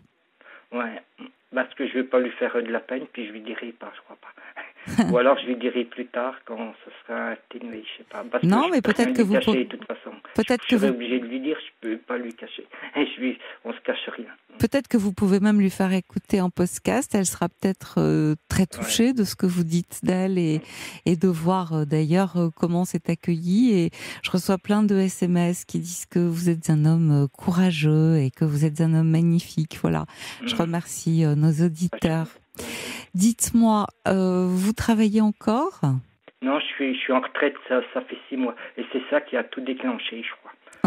C'est bien ce que je me disais. Si vous voulez, je ne l'avais pas préparé, mais je travaillais dans un CHU et mon travail était la chaîne. J'en avais ras-le-bol. Il y avait une restructuration. Comme dans tous les hôpitaux, c'est devenu complètement inhumain. Moi, j'ai vu de ces choses, mais c'est affreux ce qui se passe maintenant, quoi. Il y a plus, l'humain est passé derrière, puis il y a que l'argent qui compte, quoi. J'ai un témoignage, voilà, que ce que je voulais dire. Et si vous voulez, c'est quand je suis arrivé à la retraite, de plus rien faire, je crois, comme m'a dit le thérapeute. Le thérapeute, c'est de me réfugier dans le travail qui m'a permis de tenir, quoi. Je m'occupais de ma maman qui est dans une EHPAD, qui est très dur, et je m'en veux parce que, si vous voulez, je n'arrive pas à aller la voir. Vous avez du mal. J'ai un problème avec ça, oui, parce que si vous voulez, dans ma tête, c'est... Je reproduis, je m'en veux parce que je reproduis ce qu'elle a fait avec moi étant enfant, vous voyez. Je me dis, t'es un fils indigne, quoi. Alors non, surtout, je voudrais pas que vous vous culpabilisiez. On a un devoir de secours, vous le savez, envers ses parents. C'est-à-dire que on ne peut pas les laisser sans aucune assistance, on peut pas les laisser totalement on peut pas les laisser dans la misère. On a ce devoir de secours et c'est tant mieux. Et c'est ce qui permet d'ailleurs de pouvoir se regarder parce que on doit aider ses parents, mais quand ils vous ont fait autant de mal, on n'est pas obligé de les aimer. Oui. Excusez-moi, je vous ai coupé. Je vous laisse pas parler. Le thérapeute, il me dit que quand on n'a pas reçu d'amour, on a du mal à en donner à son tour. Voilà. Mais c'est faux. Vous aimez votre femme plus que tout. J'aime tout, mais vis-à-vis de ma maman, c'est ce qu'il me dit vis-à-vis de ça. Mais je vais la voir ça samedi, là, je vais avec mon épouse, elle me pousse à venir et puis je vais avec elle. Et alors, de quoi vous parlez quand vous la voyez ? Elle est consciente du mal qu'elle vous a fait ? Je l'embrasse et c'est tout. On se parle pas. Mais faut dire que maintenant, il n'y a plus beaucoup de relations non plus parce qu'elle a 98 ans. Hein, voilà. Ah oui, quand même. Écoutez, vous faites ce que vous devez, puis ce que vous sentez aussi, c'est peut-être aussi une manière à vous pour vous réconcilier avec vous-même, mais vous dites que tout cet amour que vous n'avez pas reçu, vous l'avez distribué à tous ceux qui ont été mes enfants, quoi. Ouais. Voilà. Parce qu'il n'y avait que le travail qui comptait pour mes parents. Ils ont amassé une somme d'argent considérable que j'en veux pas, qui me serviront à rien. On n'est jamais parti en vacances. J'ai jamais un souvenir d'amour, d'avoir été serré dans les bras de ma maman, d'avoir eu un bisou et puis en entendant de je t'aime, je l'ai jamais eu. J'ai un autre souvenir vis-à-vis de mon papa aussi, quand il était derrière moi pour les devoirs. J'arrivais pas à comprendre et puis me foutait des calottes derrière la tête. Voilà les souvenirs que j'ai, quoi. Voilà. Ouais, j'imagine que ça doit être très difficile. Alors, vous avez quand même réussi, comme vous dites, à passer un CAP de cuisinier, mais au bout du compte, j'ai entendu, je n'ai pas préparé ma retraite quand vous l'avez pris il y a 6 mois.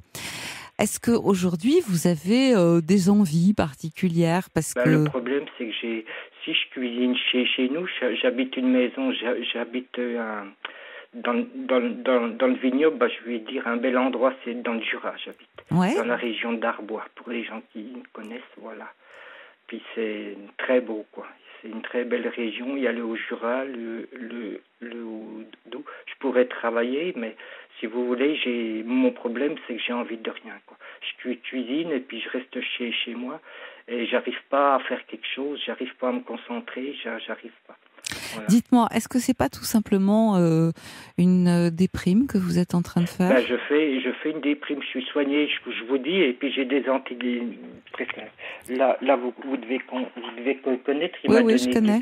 Parce que vous avez donné le nom du médicament tout à l'heure. Je connais cette molécule. Pour les crises d'angoisse, si elle devenait si besoin. Avant de prendre ça, j'avais envie de me tuer. J'ai manqué plusieurs fois de le faire. Et pourtant, vous avez une femme aimante à vos côtés. Si vous voulez, c'est tellement fort que j'ai subi, ce que j'ai enfoui, qui me ressort à la figure, que j'arrive pas à faire face. Voilà. C'est-à-dire que comme vous ne travaillez plus, les mécanismes de défense sont moins efficaces, vous êtes moins pris, vous avez le temps d'y penser. Oui, parce que c'est vrai que quand je fais des choses, je pense pas à ça, quoi. J'ai une thérapie aussi, j'ai le petit chien de ma fille qui est super, qu'est-ce que les animaux aident. Et comment ? Et lui, ça va me faire de la peine quand il va partir, c'est un petit Jack Russell. Mais il est pas prêt de j'allais partir. pas bien, il me voyait, il allait chercher sa laisse et puis il me dit allez viens. Il met sa tête sur mes genoux d'un air, puis il fait... Mais ça donne de l'amour, les animaux, c'est inimaginable. Mais oui. Ça peut aider. Ouais. Et pourquoi c'est le chien de votre fille et pourquoi est-ce que vous n'en avez pas un ? Parce que moi, j'en ai pas. Et puis, comme elle travaille puis qu'il est tout seul, il habite un petit village à côté de chez nous, qu'elle habite. Et puis, je vais le promener tous les jours. C'est un petit Jack Russell, c'est assez speed, puis ça me convient parce que il renifle partout, il tarbelle et puis après, il se câline contre moi, c'est très affectueux. Oui. Et pourquoi pas un chat en plus ? Moi, prendre un chat, je sais pas, il faudrait que je vois, surtout que dans le village, il y en a au moins une dizaine de errants, là. Mais oui, parce que vous savez que le ronron est connu pour apaiser terriblement l'angoisse. Le chien, c'est ce qui permet de sortir, parce que ça oblige à sortir de chez soi. Oui. Mais le chat, c'est incroyable, le ronron du chat. Contre vous, c'est affectueux, oui. Oui, très. Vous savez, ce qui m'apaise aussi, c'est que j'ai une cheminée. J'ai la chance d'avoir une maison. Ouais. J'ai un feu de cheminée, c'est adorable, un feu de cheminée aussi. Ouais. Est-ce que vous avez un jardin ? Oui, j'ai un petit jardin avec plein de fleurs, là. J'avais une belle glycine, elle a toute gelée. Mais j'ai des fleurs, j'ai des belles tulipes, j'ai des fleurs qui poussent partout. Oui. C'est vous qui les avez plantées ? Non, j'ai acheté une maison là il y a 2 ans et puis mais j'ai mis des géraniums, je vais les sortir. J'ai des petites pensées sur mes bordures qui sont violettes, qui sont jaunes là, qui sont en train de sortir, qui sont chouettes comme tout. Écoutez, dès qu'on parle de choses agréables, vous retrouvez de l'énergie. Vous entendez à la voix, hein, ouais. Oui, oh là là, c'est fou, hein. Beaucoup, mais ça veut dire beaucoup et ça veut dire surtout que moi je suis très confiante dans ce traitement parce que effectivement, d'abord moi je crois que vous avez besoin de parler, de dire votre. C'est pour ça que je vous ai appelé. Qu'est-ce que ça m'a manqué ? Vous savez, je peux vous parler encore un petit moment. Mais bien sûr, allez-y. À 16 ans, j'ai fait 3 TS. J'ai été hospitalisé en psy. Et c'est moi qui ai voulu aller parce que je voulais des tentatives de suicide. Mais j'ai bien compris. Voilà. Je le dis, c'est pour les gens qui... Vous avez raison. Peut-être, excusez-moi, oui. J'en ai fait 3 et puis moi je voulais parler. J'ai demandé à être hospitalisé. Je suis resté 1 an. Je voulais parler et puis c'était des cachets. On m'a fait dormir. Je suis ressorti. Ça a servi à rien, quoi. Voilà. Mais d'un seul coup, moi, ce que je trouve incroyable, c'est que vous arrivez à parler tout à fait normalement, hein, Dominique. Oui, puis dès que vous allez remettre la bande au début, je ne pouvais pas dire un mot. Ouais, non, mais et je trouve que c'est formidable, hein, le travail qui a été fait avec vous. Et moi, j'ai tout à fait confiance dans le MDR. Il y a d'excellents résultats, effectivement. Le MDR, ça consiste à quoi, s'il vous plaît ? Comment ça se passe ? Parce qu'elle m'a parlé avec les yeux. Oui, en fait, on va vous faire des mouvements oculaires. Vous allez suivre des yeux une baguette et en même temps, les thérapeutes vont vous parler. Ça va vous permettre de parler vous aussi. Et ça n'enlève pas forcément le traumatisme, mais ça permet de ne plus être submergé par l'émotion que vous avez ressentie. Voilà, ou que vous ressentez chaque fois qu'il en est question. Et c'est vraiment efficace. Oui, parce qu'elle m'a dit que c'est une méthode américaine. C'est son mari, ils sont un couple de thérapeutes dans le village où j'habite. Et lui m'a pris en urgence, vu mon état, je appelé sans arrêt, puis j'ai dit, parce que elle travaille à mi-temps, et puis c'est elle qui va faire son épouse. Lui, il est spécialisé dans les couples, plutôt les problèmes familiaux, et puis elle s'est formée là-dedans. Donc j'attends avec impatience, ça risque d'être en juin par là, quoi. Voilà. Oui, non, mais déjà de parler m'a fait du bien, quoi, de de pouvoir évacuer, parce que c'est ça qui me manque, quoi. Mais bien sûr, vous avez besoin de parler, de raconter ce qui vous est arrivé. Alors on dit qu'effectivement, il ne faut pas toujours le revivre, mais vous avez besoin de faire sortir l'émotion. Ah bah oui, c'est ça j'en parle. Avant, vous vous rendez compte, pendant j'ai 62 ans, donc on va dire pendant plus de 50 ans, j'en ai pas parlé. C'était enfoui. Et je vivais avec. Vous en aviez parlé à votre femme ? Oui, mais j'en parlais pas. Il y avait rien que mes filles qui savaient, la famille, mais c'est tout. Je le disais à personne. Et puis là, j'en parle, j'ai besoin d'en parler. Mais comment ? C'est sorti, comme je vous dis, j'ai laissé le message sur Europe 1. Mon premier message, c'est comme un tiroir qui s'est ouvert, qui était fermé à double tour et tout ça, quoi. Et j'arrive pas à faire face, quoi. Le cerveau, c'est une sacrée mécanique quand même, quoi. Bah, c'est aussi... c'est ce qui vous a permis c'est une sacrée mécanique, en même temps, c'est ce qui vous a permis de refouler, de pouvoir vivre. Oui, de vivre avec ça. Mais vous voyez, j'arrive Mais pas. pendant 34 ans, alors peut-être que vous n'arrivez pas toujours. Maintenant, j'ai entendu, par exemple, que vous avez quand même des projets. Vous êtes dans le projet, puisque vous me dites qu'il y a 2 ans, vous avez acheté une maison. Donc une maison, donc avec un jardin. Donc, où est-ce que vous viviez avant ? C'était dans une autre maison ? J'ai pas mal travaillé, je vivais dans un appartement, voilà. J'ai vendu l'appartement, puis j'ai racheté une maison pour me rapprocher de mes filles qui habitent pas très loin de chez nous. J'attends avec impatience d'être grand-père, parce que j'ai une fille qui a fait un Master 2 DRH Management, qui s'occupe de formation dans une entreprise, puis l'autre, elle travaille dans le tourisme. Elle a fait un BTS de tourisme et une licence en patrimoine, guide de conférencière. Wow. Elle travaille dans l'office du tourisme dans une ville, voilà. C'est beau tout ça.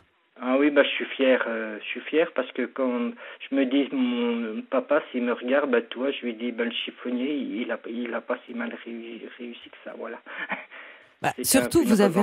vis-à-vis. Puis je voulais dire qu'il n'y a pas de fatalité et que même en bégayant, en ayant suivi des écoles de perfectionnement, des trucs, en ayant eu plein de malheurs, si on a la volonté, on peut s'en sortir. Voilà. Et comment ? Je suis tout à fait d'accord avec vous. Si on a la volonté et vous aviez envie de parler. Avoir l'envie puis la volonté, il n'y a rien qui est écrit, voilà. Non. Même si on souffre, qu'on a les plus grands malheurs, si on a la volonté, on peut, c'est à soi de se battre. Et voilà.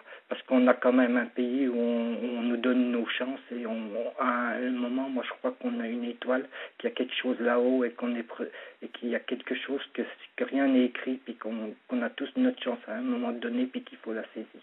Je suis tout à fait d'accord avec vous. Il n'y a pas de fatalité. Non, il n'y a pas on a toujours son libre arbitre. On peut toujours faire basculer du bon côté. Vous, c'est ce que vous avez su faire, parce que ce que j'entends, c'est que malgré l'enfance affreuse que vous avez eue, vous avez eu une vie heureuse depuis la minute où vous avez rencontré votre femme. J'ai rencontré mon épouse, voilà. Vous aviez quel âge ? Je l'ai connue à 30 ans, hein. J'ai vécu 30 ans, je peux dire que ma vue, je vais pas dire les trucs que j'ai subis, mais après je peux vous dire aussi que je gravais dans les cimetières et que l'hiver, j'enterrais les enfants. J'ai porté des petits cercueils blancs dans mes bras parce que je gravais du mois de mars au mois de... Je gravais du mois de novembre. Je gravais du mois de mars au mois de novembre et l'hiver, je creusais les caveaux. J'enterrais les gens, voilà. Alors ça a dû être très dur parce que ça devait vous faire penser à votre enfant. Par tous les temps, puis dans ce temps-là, il n'y avait pas le pelleteuse. J'ai travaillé avec la pioche puis la pelle par des moins 15, moins 16. J'ai cru mourir dans les années 70. J'ai fait ça pendant 25 ans, oui. Et J'aurais tué quelqu'un, c'était pas pire, vous voyez. Et qu'est-ce qui... les enterrements, la douleur des gens, c'est affreux. Ouais. J'ai eu beaucoup de mal. Ouais. Mais vous avez surmonté tout ça. Alors, qu'est-ce qui vous a donné la force et puis surtout l'idée de passer un CAP de cuisinier ? Parce que voilà, il y a eu des machines qui sont arrivées, donc j'ai été licencié économique, si vous voulez. Oui. Donc j'aimais cuisiner et je me suis dit je vais faire cuisinier, mais c'est très dur, hein. Et puis j'ai pas fait longtemps, j'ai exercé une dizaine d'années parce que si vous voulez mon épouse ayant un métier dans un hôpital, elle est aide-soignante, donc c'est très très dur. Question horaire, on donnait une paye en frais de garde, vous voyez. Elle finissait à 21h, on allait chercher la petite à la crèche à 21h30, on rentrait à 22h. Quand j'étais le matin, il fallait la lever à 5h, donc c'était pas une vie, quoi, voilà. Donc j'ai fait père au foyer aussi pendant 3 ans. Bah, c'est un très beau métier, si vous pouvez pas savoir. Magnifique. J'ai donné le biberon à ma petite fille. J'ai eu des très beaux moments quand vous l'entendez pleurer, puis que vous la prenez dans vos bras et que vous la serrez contre vous, puis que vous lui donnez le biberon. Après, elle vous prend le petit doigt avec sa petite menotte. C'est des souvenirs. Vous voyez, je les revis encore. C'est très très beau. Donc j'ai fait père au foyer pendant 3 ans. Et dans ce temps-là, c'était mal vu dans les années 80 parce que ça se faisait pas, quoi. Ça se faisait pas, mais en même temps, vous avez pu permettre à votre épouse de travailler. Voilà, d'avoir une carrière normale. Et puis moi, c'est des souvenirs qui sont en moi, puis des moments inouïs que j'ai gravés, je peux le dire, j'ai gravé dans ma tête. Et puis on me les enlèvera pas. C'est des très très beaux moments. Bah oui, ceux-là. Ces enfants. Ceux-là, ils sont à vous. J'avais la plus grande, puis j'avais la plus petite, mais c'est un vrai travail. Hein. Je pense aux dames qui font ça, c'est pas reconnu, mais c'est un sacré boulot. J'en sais quelque chose. Voilà. Ah, mais merci de le reconnaître. Hein. Je vois que vous. Puis les maladies le week-end, quand il y a la petite rhino, on va vite chez le médecin et puis il vous donne de la graine de perlimpinpin. Puis le week-end, ça monte à 39,40. Qu'on est vite obligé de faire un bain, puis qu'on appelle SOS médecin. Là, on stresse. Ouais. Vous avez Surtout connu la tout ça. deuxième, je voulais pas que ça recommence. Ouais, bien sûr. Mais vous savez, avec l'amour, on peut tout. Ah avec l'amour, on peut tout. Quand on donne de l'amour, moi, c'est ce qui m'a manqué. Je dis aux gens, je voulais dire aussi, et mais vos enfants, on les aime jamais assez. Et tout se joue jusqu'à la douzaine d'années, je pense. Est-ce que vous avez été un papa sévère? Comment? Est-ce que vous avez été un papa sévère? Oh non, j'ai été un papa poule une fois, mais j'ai été, vous voyez, j'ai essayé d'être juste, de ne pas, avec la voix, j'ai jamais frappé une fois mes filles, non. Et puis elles étaient gentilles, j'ai eu de la chance, elles faisaient leurs devoirs, je les ai redonné beaucoup d'amour, et quand on donne de l'amour, ça va tout seul. Ouais, c'est ça. C'est-à-dire qu'elles avaient conscience aussi, peut-être, que vous vous occupiez d'elles avec un amour infini, et donc elles vous le rendaient. Et en même temps, est-ce qu'elles avaient conscience aussi de votre fragilité? Je sais pas. Il y avait Marie qui était là, quoi, mon épouse, et puis ça s'est bien passé puisque on n'a pas de soucis. Je touche du bois là. J'ai un petit fauteuil que j'ai gardé quand j'étais petit, que je m'asseyais dessus, puis je me tapais dessus, puis je me disais bébête, que je pouvais pas parler. Ouais. Ça, ouais, j'imagine la souffrance. Ça a dû être très très dur. Moi, j'ai entendu la dame, son témoignage m'a beaucoup ému. Moi, j'avais la parole, quoi. Elle, c'était les yeux, et puis moi, c'est la parole. Ouais, on est enfermé. Je ne pouvais pas savoir l'handicap que c'est de ne pas pouvoir parler. J'imagine que j'ai vraiment pu qu'à partir de 16 ans. Ouais. On est enfermé. Les moqueries, les jurons, les engueulades. Même mon papa qui me disait, si tu n'arrives pas à le dire, chante-le. Des phrases comme ça fait mal. Mais en même temps, j'ai l'impression que ce handicap, ça vous a donné une force incroyable. Est-ce que vous en êtes conscient? Ouais. Parce que c'est pas seulement du courage, c'est au-delà, hein, c'est une vraie lutte que vous avez... Il a fallu que je me batte, oui. Et ce que je voulais surtout, c'est de ne pas reproduire. J'entends souvent qu'on refait ce qu'on a fait. Moi, je me suis dit, tu auras la force, tu donneras de l'amour. On t'en a pas donné, j'en ai eu à revendre pour 10. Ouais, mais surtout, vous avez été, vous, aimé par votre femme. Je crois que ça aussi, ça a été un déclencheur. J'ai eu de la chance, on est vraiment fusionnels. J'ai un souvenir où j'ai passé quand la petite elle est morte, parce que la petite qu'on a eue, la petite Émilie, elle est morte en clinique. Et on devait rentrer, elle était à la clinique et ça a téléphoné à minuit. Et elle me dit viens vite. Il y a sa sœur qui a appelé en même temps. Et puis c'est là que tout a commencé. Quoi qu'elle m'a dit viens vite. Émilie est morte. Donc je suis vite parti à la clinique et j'ai vu ce petit bout de femme dans les bras de mon épouse. Moi, j'ai beaucoup... mon épouse a été plus forte que moi, je pense. Moi, je voulais pas qu'elle la garde, je hurlais, mais c'est affreux les moments qu'on peut vivre. Et ce qui est le plus dur, c'est qu'il y avait tous ces enfants autour.